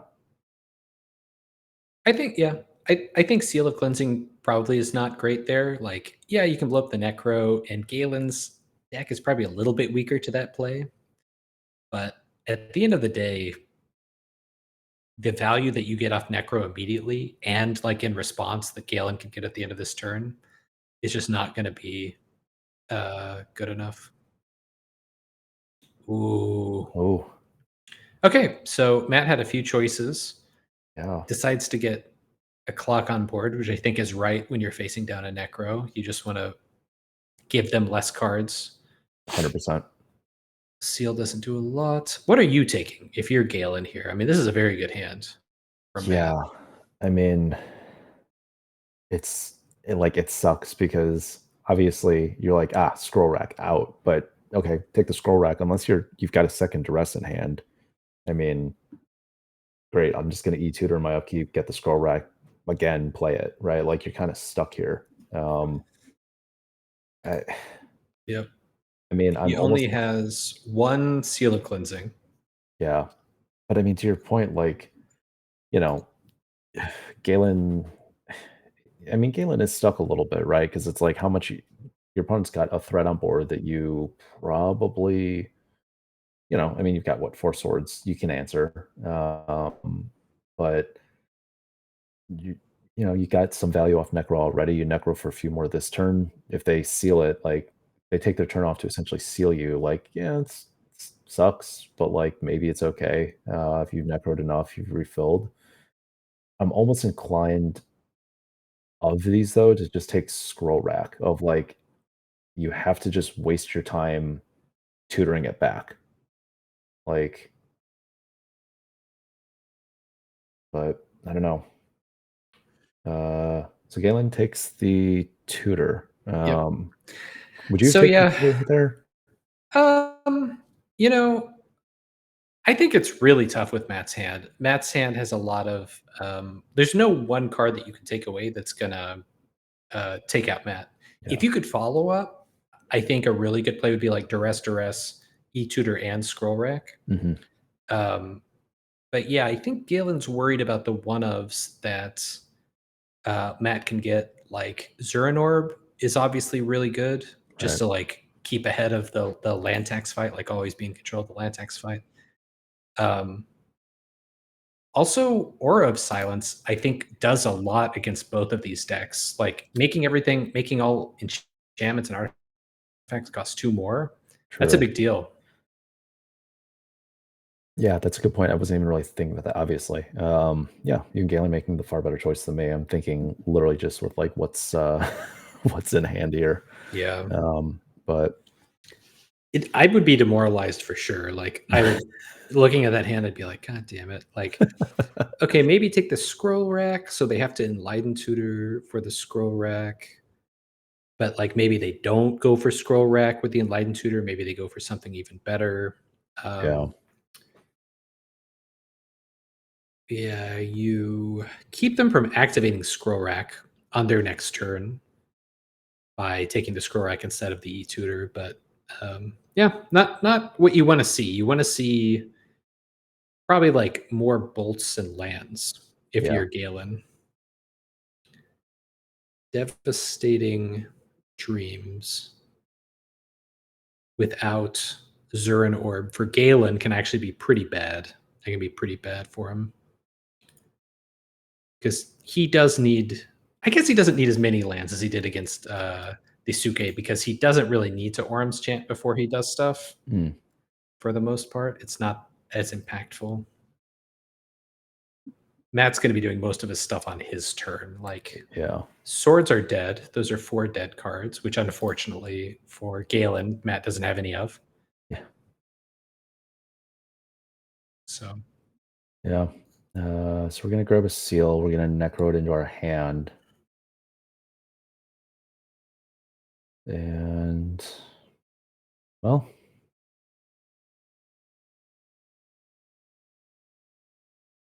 yep. So one of the more awkward things about Necro is there's really no way to get cards into your hand that you can cast at sorcery speed. So mhm, you can Enlighten Tutor, but you have to do it on your turn, and then you get them in hand at the end of your turn, and then you wait until next turn to actually cast them. So kind of slow.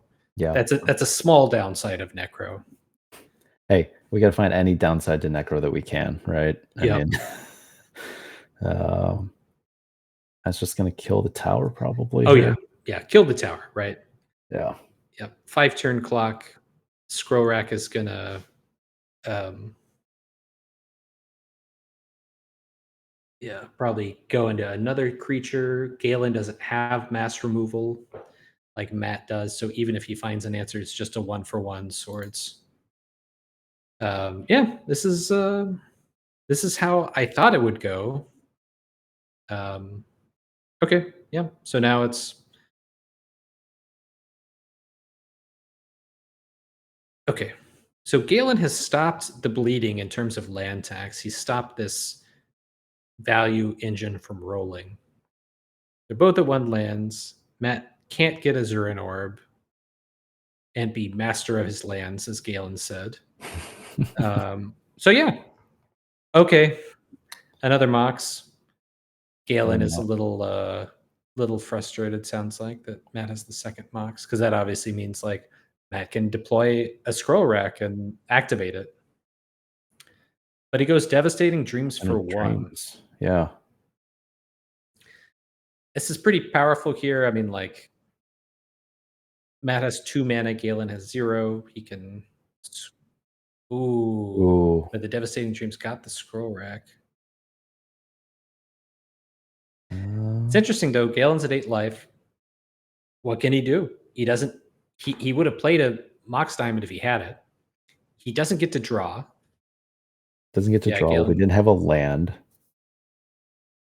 I think he Uh, maybe was sandbagging lands to not trigger land tax, but now he's stuck.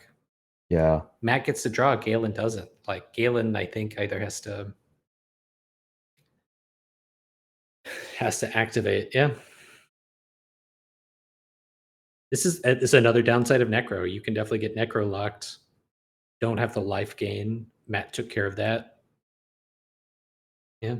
Galen's just I mean, like Necro looks very bad here, right? Just stops you from just naturally drawing a card every turn. Yeah. Yeah, I mean, these, comparing the board states, there's not a lot in play, but what is in play, I definitely feel better on Matt's side because yeah, I mean, Galen gotta play land, gotta give Matt the land tax trigger to try to get something going here again, so, see we tutor for trying to think what is left in Galen's deck that we're probably grabbing, maybe our yeah, I was gonna say maybe our own Mox Diamond. So Galen's gonna try to claw back into this. I mean, little by little. But yeah, again, precariously low life total, no life gain.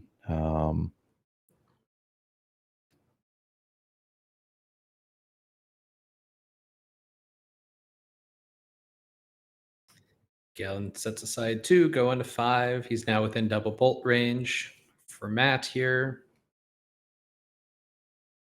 Yeah, gosh, Matt just untaps. Mox Diamond, Bolt, Bolt. Yowza. Yeah.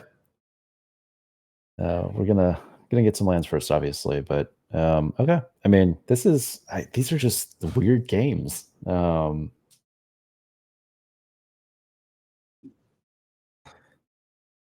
So I'm trying to think, what does Matt have left in hand that we know about? I know obviously we kind of had to randomly discard for dreams. So we have another dreams in hand, and then um was it another land maybe? Because I know we obviously pitched one to the Mox Diamond. Oh, yeah. Yeah, I would imagine Galen has one or that would be really sad if he did Yeah. not have another land in Oh, hand. sorry, I was meaning Matt. Um what Matt had left in hand, the Oh, I see, unknown sorry, cards sorry. from after we kind of like shuffled to randomly discard for dreams. But we've got another creature, so I think it was a land. Yeah, I think you're right. Sorry. no, I no, you're zoned good. out You're there good. for a second. It's okay. You've been here for a second. Oh, I mean, Matt's again putting just a question on the board. Gonna see if Galen can answer again. And he doesn't have many of them. Just 4 swords. 4 swords. They're gonna cost him life just to cast the swords, even if we have it already. Which then again, uh, we're taking a little bit of chip damage here. That's gonna add up quick. Good thing these are devastating dreams and not earthquakes, or else we'd be rolling it up pretty quick probably. But Yep. Chat pointing out that Matt can just uh, devastating dreams again here. There's really no downside yeah, to that. But also Galen's within bolt range, so they may just see a attack for 2, bolt you. yeah. Okay, Oh, floating in a Dromar's mana. Cavern, nice Gotta love some layers. for sure. Underplayed, I think. You do see the like usually you just see like the one of, which I really like. Yeah, Most of the decks that play them, they just played as a one of, but a little underplayed, I think. It's solid card choice. Not many tri-lands that don't deal damage in middle school. yeah. I mean, it's I think anyone who's built any middle school deck knows very well. Pretty quickly, you're looking at a pretty painful mana base. I've definitely played a couple matches in previous leagues where my opponent's mana bases did more damage to themselves than I did. Yes, for sure, for sure. So, uh, Yeah, I was playing a mono red deck. Oh, it does find the swords. All right. there's swords. Okay. Um, with total main deck plus sideboard had 4 price of progress and like really got some good Mm, price of progresses in the league. But like against Matt, for example, he's playing just 4 undiscovered paradise. That's it. Like yeah. this, yeah. Matt's deck on a lot of axes, like has strengths and not many weaknesses. Like very consistent mana base, doesn't Mhm. require many non-basics, much pain, has good efficient creatures that yeah, sure, dies to swords, but swords like isn't a it's cheap in terms of mana cost, but it's an expensive card. There aren't lots of swords effects. Yeah. So if you make your opponent use his swords, then that's one less that they have. They can't do like, 8 swords like you can do 8 bolts in middle school. Yeah. No, that's true, you're totally happy when your opponent just has to start turning those swords out early, and you're like, "I have plenty of creatures. We're Yeah. fine. We can do this." Um, so Galen's got a seal down. Chat is, calling for potentially a seal on our own Necro here, to start giving us a little bit more breathing room because yeah, sitting at 5 life, 3 cards in hand, it looks like, and no way to get more life or cards right now is pretty brutal. Yeah. Yeah. It sounds like a plan to me. Like, s- s- yeah. So Galen goes for sealing the land tax, but the problem here is, like, sure, Matt doesn't get 3 extra lands and doesn't get way ahead, but he's already pretty far ahead. Yeah. And Galen is he about to get within bolt range? Oh, I don't. This is still game one. Like, Matt has 4 bolts. Yeah. Matt, wow. Matt specifically says I do have 4 lightning bolts in my deck. Good guy, Matt. Interesting. Yeah. I wonder if. All right. Yeah. So Galen takes 2 anyway. Okay. So I don't know. I wouldn't call that a bluff. I don't know. I guess Matt is just trying to be nice there. Yeah, just playing it face up. Yeah. Chat saying if you go to 3, you might as well go to 1. I think that's probably correct. Yeah. Anything will kill you. Looks like he doesn't have a bolt. He just has a priest. Oh no, it's a scroll rack. Oh, well, and we have what, 5 in hand? That seems fine too. Yeah. Um, So if you're Matt, do you just yeah, he's gonna oh scroll yeah, rack, right? Because there's always the Mox Diamond land bolts just in the game. yep. And we looks like we're holding on to 1 card, so we're maybe Ooh. holding on to a mountain just as a safety. Yeah.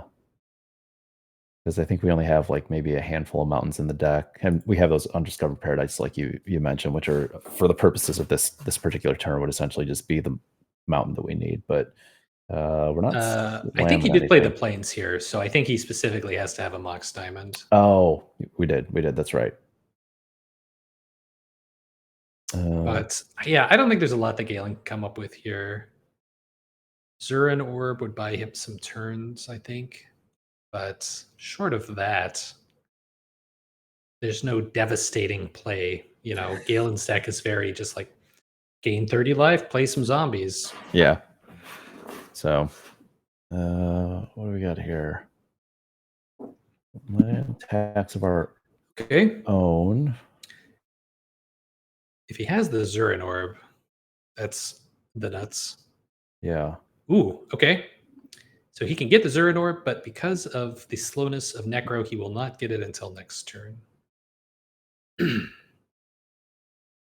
Which, I Yep. mean, again, like Chat was saying, though, I mean, we're at 3 at this point. The things that kill us, like, you know, it's just gonna put it in our hand and, stare meanly at the top of Matt's deck, I guess.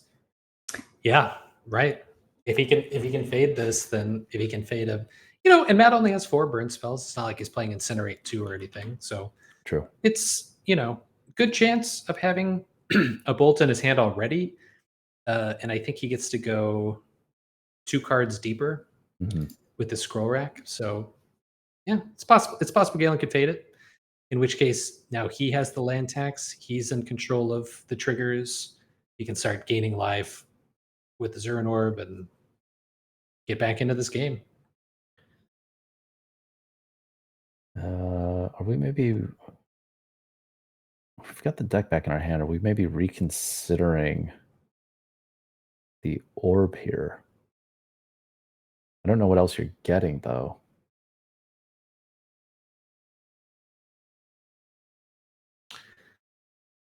saying Matt can play second dreams to nullify the orb. Yeah, that's a good point. His True. orb's on top of the deck. He can't get it in hand. He doesn't have a scroll rack. Seems fine. I think bolting him in the face is a little better, but if he's not able to pull that off, I think dreams for 2 is just fine. Yeah. Agreed. Agreed.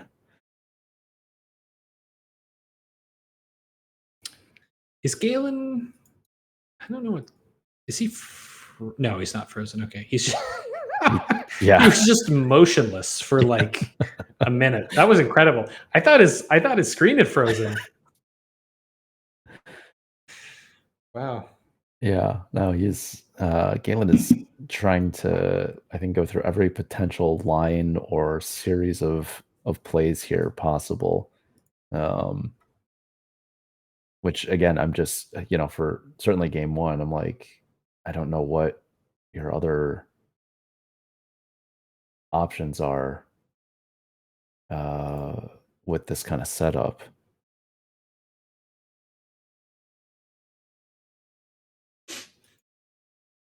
Yeah, just deep in the tank. Trying to think through every line. I think Zorb is correct. I don't know what else you get. I think you just have to like fade, fade some cards. You got to do that sometimes to win. Like you just got to fade a card. Yeah.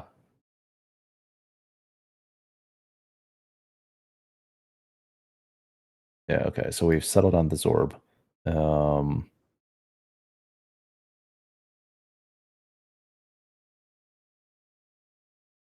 all right. Ooh, he didn't want to do that. He didn't want to do that. He wanted to take a card and yeah, okay. Had the Okay. bolt anyway, but like that's Zorb isn't going to do anything on top of Galen's deck. He needed to draw it He needed to draw, yeah. with Necro. Yeah, I was curious about that. But either way, opponent at 3. I've got a spell that says deal 3 damage, so we're heading to sideboards here. I think that sideboarding here is a little bit more straightforward for our players when we're looking at more enchantment removal, that sort of stuff. I'm trying to think out of Galen's deck because what we've got 3 more. Well, if you count Ray of Revelation, 3.5 additional disenchant effects to bring Yeah. in. Yeah, so I mean, land tax I think is really a vital card for Galen to deal with. So I don't think Ray of Revelation is crazy here for him to bring in. He's playing in Sagro, so probably Ivory Tower is also good. Hmm. Um, Warmth is probably too cute. I agree. Yeah. And Seal, yeah. his I pyroclasms are feeling pretty sad. yeah, for sure. Um, yeah, I mean, like Karmic Justice might be too cute, but it could be good. I mean, like a Karmic Justice out would allow you to trade like a permanent with a creature, but probably all that would happen is like Karmic Justice gets played, Karmic Justice gets popped, and you kill like a Silver Knight, and that's the trade. Um, but it kind of is like this weird protection against other non-creatures Yeah. permanents, which Galen has a lot of. Actually, that's all of his cards are non-creature permanents. He doesn't play any main. Yeah. Um, as far as Matt's goes, I don't know how many of these cards do you board in. Like you could overboard. You could play the our given Argivian Find. Yeah. Argivian Find. You could play another Dreams. You could play an Aura of Silence, a Seal of Cleansing. You could bring in both Ray of Revelations. Yeah. You could bring in the 2 Overloads. Probably bringing in all of them is too much. Yeah. That feels a little too heavy for me. Yeah. Gosh, though. I mean, it's tough because like I want anything that's going to zap an enchantment. I don't feel like. Mm, I don't always feel like Galen's deck is the best at abusing rack. but I don't know if that's true. That may just be because I keep seeing him play out Necros with, like, no shuffle effects, but, Yeah. um, I mean, the Rays are certainly easy for me. Like, I to your point about, like, not overboarding, I'm kinda like, well, my Rays, Seal, Aura, I take out my swords. Um, I'm trying to think if there's anything else that's, like, an immediate cut because what we've got, like, an Yeah. Armageddon, which, like, do we want an Armageddon versus another devastating dream? Like, does it feel like functionally just a more efficient version of an Armageddon? Yeah. I don't Uh, think Armageddon is super impactful. You probably play the devastating dreams. yeah. Um, But I agree with you on, like, the overloads, right? Because like, those are 2 of those, again, additional ways, cheap ways, most importantly, to deal with, like, some of those things that really allow Galen to just let his engine run, as opposed to, as we saw in a couple games, like last game and Galen's previous match, where, like, we've got a Necro, and it's kind of, like, gets to a point very quickly where it's working against us, yeah. you know? Yeah. I think you just let the Necro, if you're Matt, you let the Necro ride and you take care of all the stuff around it Mhm. that is more impactful. The scroll rack, the life gain. Like, yeah, it sucks to let your opponent draw a bunch of cards, but like, it's also bringing them down in life. And you are a burn aggro deck. So just, you know, Do burn aggro things. do burn aggro things, let them go down on life. Like, that's the problem with like the best. If you're going to pop Necro, you have to do it the turn that they play it because Mhm.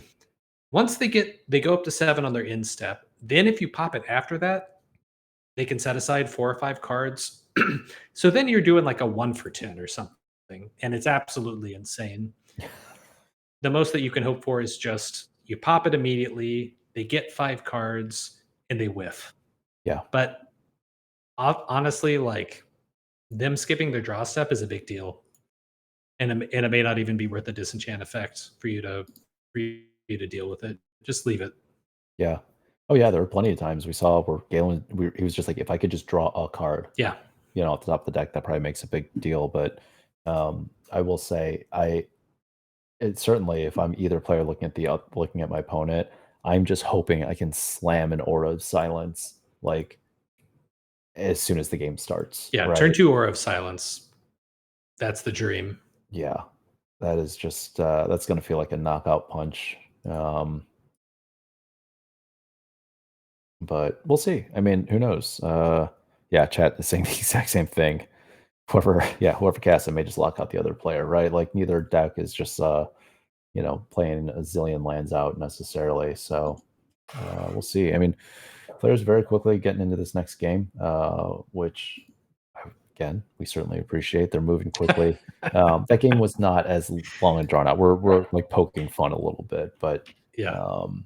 they're moving quickly, and it's tough. Like we're joking, like there's not like huge stakes, but bragging rights are pretty important. And winner of the leagues does get an invite to the end of year's Romancing the Stones Invitational down in Austin, Texas. So there's a little something on the line, um, even if it feels like a punishment because you have to come to Texas and hang out with us. But hey, you I know, um, had a great time. The year that I got the invitational came down to us, and that was really a fun time. yeah, it was awesome having you here. Like it's cool. Like it gives people an excuse to come down.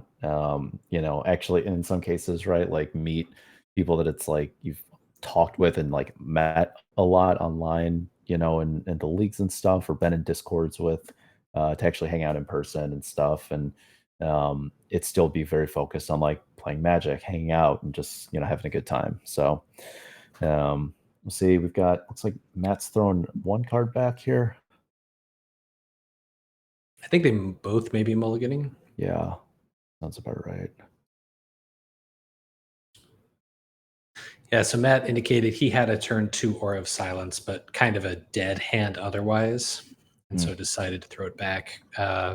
Which, like, often that could be good enough, but Galen has Duress in his deck, which is really good. Like, that's an axis of attack that Matt doesn't have. Matt can't counterspell, and he can't hand disrupt, but Galen can. So turn 1 Duress, a great play, especially on the play. mhm. that allows Galen to take out a land tax or a Mox Diamond if that's appropriate or a scroll rack. Yeah, that information, imbalance, is just massive in something like this, and God, can you imagine if you're mad, you're like, "Oh, sweet, turn 2, Orb of Silence," you just get duress, and you're like, don't look at my hand." Yeah, right. I concede. Game 3. Yeah. Yeah, it's tough for Matt. Even on the play, he's literally got to do a turn 1 Aura of Silence if he wants to fade it getting duressed Yeah. out of his hand. Yeah, that is pretty brutal. Um,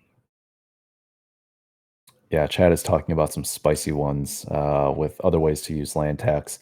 Sliver land tax is a deck that I've built, and I also put the Draco Blast combo in there, Just a because little I bit of wanted. everything. Why not? Yeah, hey, slivers, it's kind of kitchen soup. They're all doing a bunch of different things. Why not just add to it and you know, punch you in the face a couple times with some slivers and then scroll rack a Draco to the top of my deck.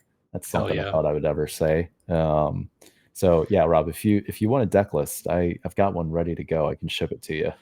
So Draco Explosion is one of those decks that I I have basically 2 phases of deck construction.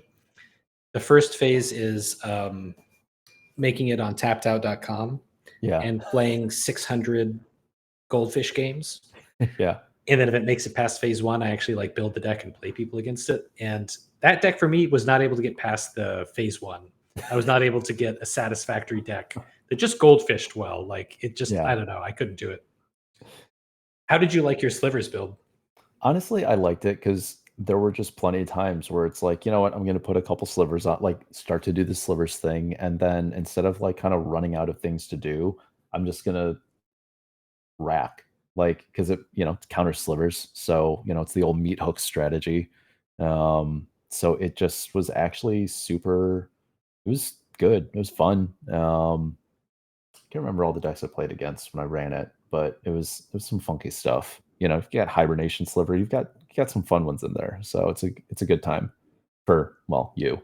Um, but yeah, Matt. Oh, so we got Yeah. our land tax sealed, and Yep. don't worry, we had an e-tutor to get a backup land Turn tax. 1 double Mox Diamond land tax E2. All right. So I do kind of want Galen to have a disenchant effect. That will mean that this game will go on much longer, but yeah.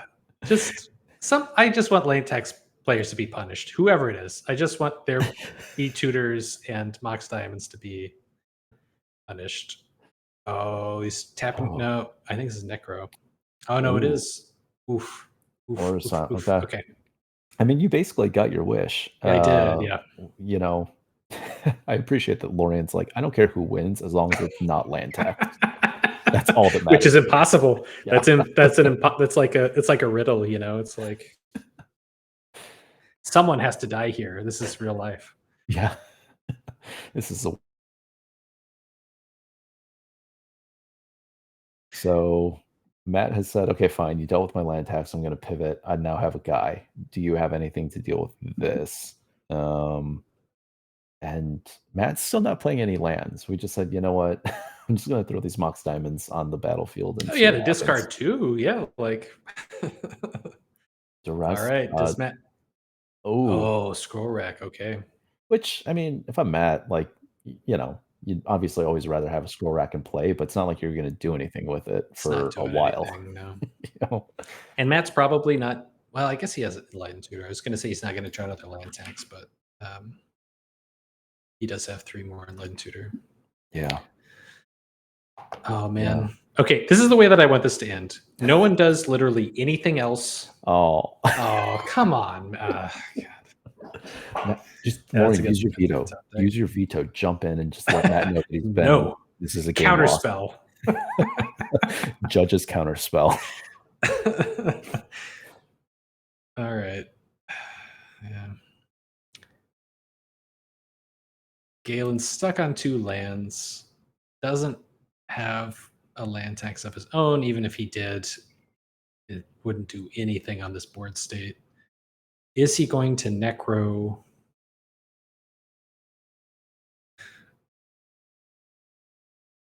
Yeah. I think this might be a Uh, necro.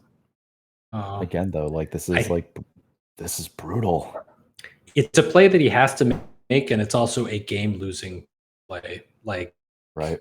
it is so unlikely for Galen. The one saving grace is that Matt is just top decking, but he is top decking with 3 basics coming out of his deck every turn. So top decking better than average. Yeah, yeah. A little slightly better than average, and, some of those top decks could literally just be bolts. Um, Yeah. and, yeah, I mean, Galen just, like, basically doubling up Matt's clock every turn, with those pain lands. Um, chat's calling for Necro into a Zorb. Hmm. Yep.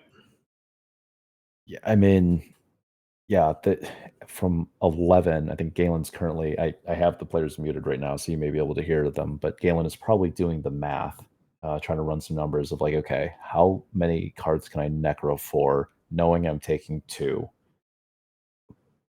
Oh, man. And if I wanna cast anything else, it's probably gonna hurt me a little bit as well. Yep. Galen has lost track of his life total, so they're trying to back into what his life total actually is. Okay.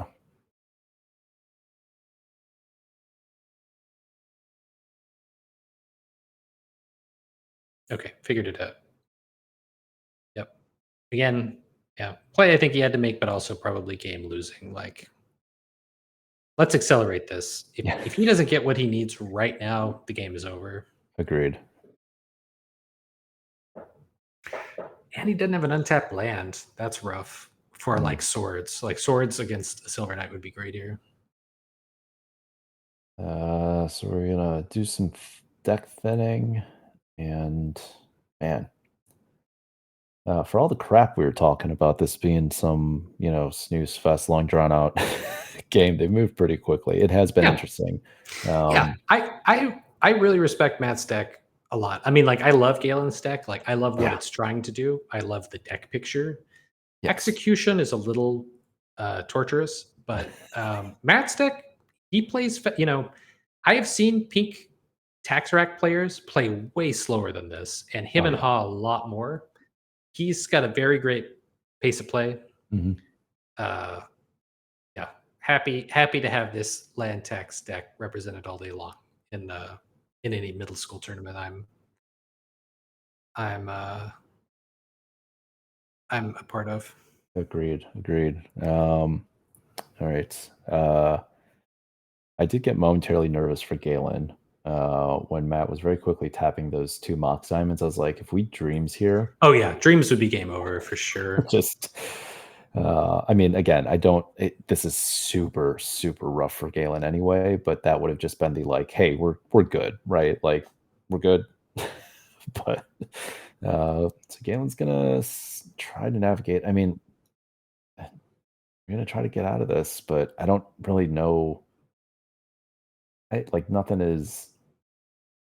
I don't feel like there's a path to victory here for Galen, unfortunately, right? Because even if we throw down a Zern orb, if we found it, like, okay, great. Like that buys us a few turns, but we don't have a ton of fuel to keep throwing at it.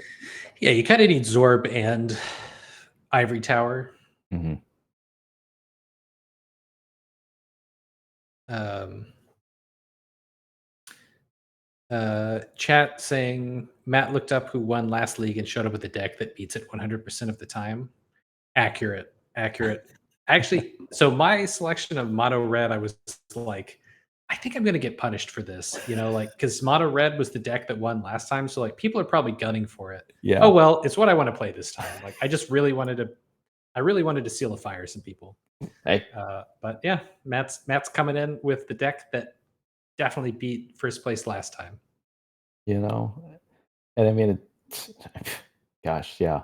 Uh, if anyone is now going to try to build a deck to dethrone Matt and really gun for the Pink Weenie Tax Rack deck, that should be an interesting one. So we found a sword. Um, so that holds things off for a little bit, but yeah, I don't know. Yeah. I mean, this isn't great for Matt, right? Like, we don't have anything. Like, other than we're getting lands out of our deck. We have plenty of live draws probably, but we don't have any other, uh, obviously any other pressure or the other half of our engine here. So see, Galen's gonna tutor. I assume we're gonna try to get start getting some life back here. Yeah, what do you think he's gonna go for? Zorb? Land tax? Ah, I think I land mean, tax does nothing, so it's useless. yeah, So might as well go for Zorb, gain some Zorb. life. Or maybe Ivory Tower. I mean, Ivory Tower is very good with Necro. I think if you're like, you still have to think about like, how am I beating Matt's board? And I think the way that you do it is by stopping him from getting more land tax triggers Hmm. and just hope that the top of his deck is unkind to him. Yeah, I mean, there's no way to get through it anymore. I mean, the tough part is like, yeah, if we're going for any life gain, like you have to get Zorb so you can actually get some value off of it because Matt has this seal sitting here. So like, sure, play your Ivory Tower, you get nothing off of it, you know, even after you draw it, which is going to put you down to 3. Uh, yeah, I mean, Galen again in a tough spot because we can literally whatever we tutor the top of our deck, necro it into our hand, so we have it for next turn, and then just die to a bolt. Yeah. So, but Galen, as we've seen in the other games and matches, has kind of worked their way out of some tricky spots. So, all it takes is like we were saying, one or two cold ones off the top from Matt, and Galen could be back in it in Yeah. no time. Yep. For sure. Man, Galen, not the fastest player. He's having a little conversation with Matt here about his current predicament. Uh, maybe should just be, trying to play the game, but we'll get here. We'll get here eventually.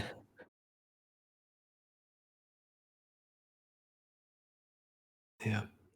Yeah. Yep. So there's the Zern orb.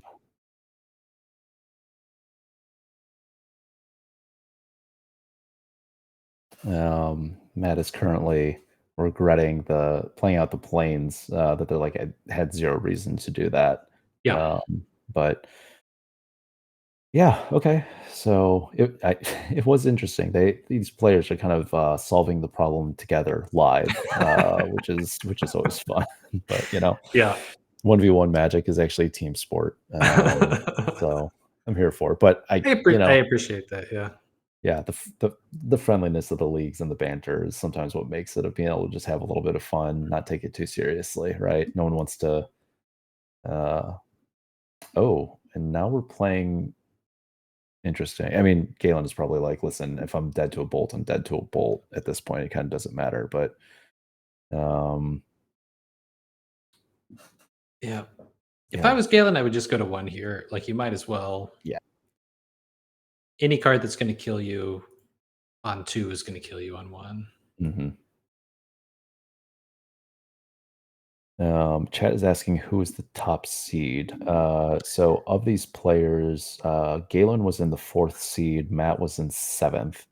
Um, and then our 1 seed actually lost. Yeah, you can see it. Lost to Daisuke, who we unfortunately saw fall in the last match. So Yeah. um, David was on Mono White Rebels with Gaia's Cradle just for sick value. Gaia's Cradle is great in that deck just as a source of colorless mana. It's really cool. oh yeah, it's dope. I mean, you got like Masticore and some stuff like that. All right. All Uh, right. Matt activates Scroll Rack. He has not played a land this turn. Are we going to see a land bolt we're doing the holding back some cards? yeah. Did he get there? Oh, that is a very Ooh, fast. baby. Yeah. That was a very fast mountain. That Yep. I think we all felt collectively with Galen, the feeling is that Mountain was like thrown onto the battlefield. But big congrats to Matt. That was we saw their deck put on a clinic throughout the semis and the finals here. It was awesome to watch. I'm with you. This was a really Yeah, fun way to see land tax and scroll rack kind of deployed. So for sure, for sure. Yeah, I think he had some really favorable matchups all through the top eight. Um, I do think, like, I don't think that land tax scroll rack is overpowered. Like, I don't think that his deck is like overpowered and cards need to be banned in it. yeah. There's plenty of decks that can beat it. He did not see those decks in Mhm. the top eight, Yeah. but it's also a really good deck. Like, man, Devastating Dreams, a hell of a card combined with protection from red creatures and the tax rack draw engine. Like, very good. Yeah. It was Okay, great. so he cited in actually he cited in a lot Oh, of whoa. cards, including Tormod's Crypt. I respect that. So Galen can't do the uh, The you graveyard thinking shuffle the Thran shenanigans. Foundry, yeah. Grand Foundry, yep. Interesting. Oh, and we boarded down on Dreams. Okay. Yeah. All right. We kinda just Yeah, I don't figured maybe we're both trying to, like, get our stuff out relatively cheap, so the Dreams is, like, not ultimately the thing that's gonna break the game open. I guess I can kinda see that. I mean, again, Matt is clearly the master of this and knows what's going on, so I trust their decisions here. yeah, for Um, sure. but, uh, well, that was a hell of a couple matches there, my friend. That I was 4 hours of our lives that we'll never get back. 4 hours of our lives, survived a thunderstorm here in Austin. I'm probably gonna go to bed here shortly, and my wife and dog are gonna be like, "What time is it, and why are you just now going to bed?" And I'll have to explain to them the intricacies of land tax mirrors, in great detail, so, I'm sure they'll love that, but no, this was, yeah, 3 hours and 40 minutes for the official time, gotta love it. But no, this was cool, this was awesome, always love getting to see, some different decks, some fun decks play out. Interesting spots. I mean, I think every match there were at least one or two spots where we're like, okay, this is totally over, and then the game went on for another 10 to 90 minutes, somewhere in there. So, um, yeah, I'm excited. This always has me excited, like almost more excited for the next league then, because I'm like, oh man, now I'm kind of like amped up again. Like, let's go think about Yeah, some right. decks. So, Exactly. yeah. Yeah, so our winner, so Matt, as we kind of alluded to, is going to have an invite to the Romancing the Stones Invitational at the end of the year. This is where winners of our middle school leagues, as well as some in-person vintage events we do here in Austin, are invited, play 8 rounds of Magic. It'll also be streamed here as well. And I don't know if Rob had popped them up earlier in the stream, but there's also some lovely top 8 stamped prize cards players get to draft from. Um, yeah, so it's dope. You get some bragging rights, you get to have some fun, and then you get to come down to Texas in December when it's like just pleasant outside instead of for Matt freezing their butt off and in on the East Coast. So That's sick, Rob. Oh, very nice. So price cards are up on the. It was my understanding, Rob, that it was tokens. Uh, yeah, so there's a bunch of stamp tokens. What are cycling through right now are actually this is like a for anyone who's in Austin for some reason not coming out to the vintage events, or I guess just fly into Austin for the vintage events. But every year, some of our local players, designer Bobby, Sweetwater Bob, who does some amazing altars, will do a themed altar set. This year, you can see it's kind of a retro theme. So each vintage event that we do, the winner gets uh, one of these prize cards. I have a like tarot card style Wheel of Fortune from a previous event. There's been a lot of really cool ones. So yeah, it's definitely dope. The prize cards, Lauren, you mentioned this earlier, like the posters, a lot of the just like swag and stuff like that has always got a pretty cool feel to it. So, yeah. Any closing thoughts on the league, Lauren? Yeah, feel for Dasuke, like really, really rooting for him. Came within a hair's breadth of getting there. Got a lot of pre-modern uh, refugees this time around who wanted to play their land tax card. Um, I think it's fine for the format. I think it's good. Yeah. Obviously, if you are a land text player or you're thinking about picking up a land text deck, just try to think about your pace of play. That's the main thing. Mhm. Like these cards are powerful. It's okay to play control deck that wins. Just try to think about your opponent in terms of pace of play. These times are or these rounds are untimed, but you want to be courteous in every way to your opponent. So consider that. But yeah, great league. Really cool decks in the top eight. Really varied decks in the top eight. Love to see that. So another great into a Romancing the Stones league. Yeah, I'm with you. Yes, definitely. Pace of play. Um, Even as a land tax player myself, I'm like, let's make decisions. Let's keep it rolling here, both myself and my opponents. So time is valuable. But yeah, if you for some reason haven't joined us for a middle school league before, you liked what you saw, make sure to join the Discord. Links and everything are down below. Hopefully, my finger pointing is in frame. But you can always get information about our leagues there. You can just kind of connect with all of us. If you happen to be in the Austin area or you're passing through, it's always a good way to connect and see what kind of pickup games are happening. Or if you're in town over a weekend, there's a chance we may have a vintage event going on that you can join us for. So, we'd love to have any and all. Um, this Saturday, so 2 days from now, we actually have our next vintage event here. And it is an interesting time in the land of vintage, as people are trying to figure out what to play and cats are running wild. It's just it's wild times in vintage, but yeah. So, Lauren, hopefully I'll get to see you at some events in person this year at some point. I hope But so. Yeah, I was just thinking, like, should I fly down to Austin one weekend just to play? Because like the events are fairly small, So any like an 18-person event. I don't know vintage that well, but I could get lucky, and I maybe I mean, get lucky and I get an invitation. you're a skilled enough player too that you could come down and just outskill everybody. Oh well, thank Worst you. case I appreciate scenario, you come down, you hang out for a weekend, and that's not a bad time either. that. Sounds great. But yeah, definitely. Yeah, that is actually how someone previously won the has won the invitational. We've had people who are like, I don't really know this format, but I'm here for it, and I'm just going to do my thing. Um, yeah, it'd be good to have you down. But everyone on stream, appreciate you joining us. Thanks for hanging out for 3, 4 hours at this point. I am going to bed. I will sleep well. I can tell you that much. I'm 100% just on principle not playing land tax in my next middle school deck.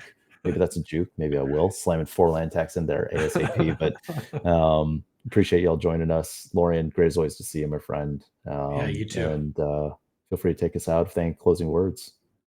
Yeah. Please play more middle school Magic. It's a great format. Romancing the Stones, one of the best leagues, one of the best clubs in the country. So thank you so much, Romancing the Stones, for putting on this league, and for Rob, our producer, who seamlessly helps set up these matches. Yeah, we would be nothing without producer Rob. So all the applause for Rob, and surviving the lightning storm too, keeping us going. So appreciate it. Awesome. With that, we will see y'all later. Have a good one. Don't forget your deeds and keep up pace of play. We'll see you next time.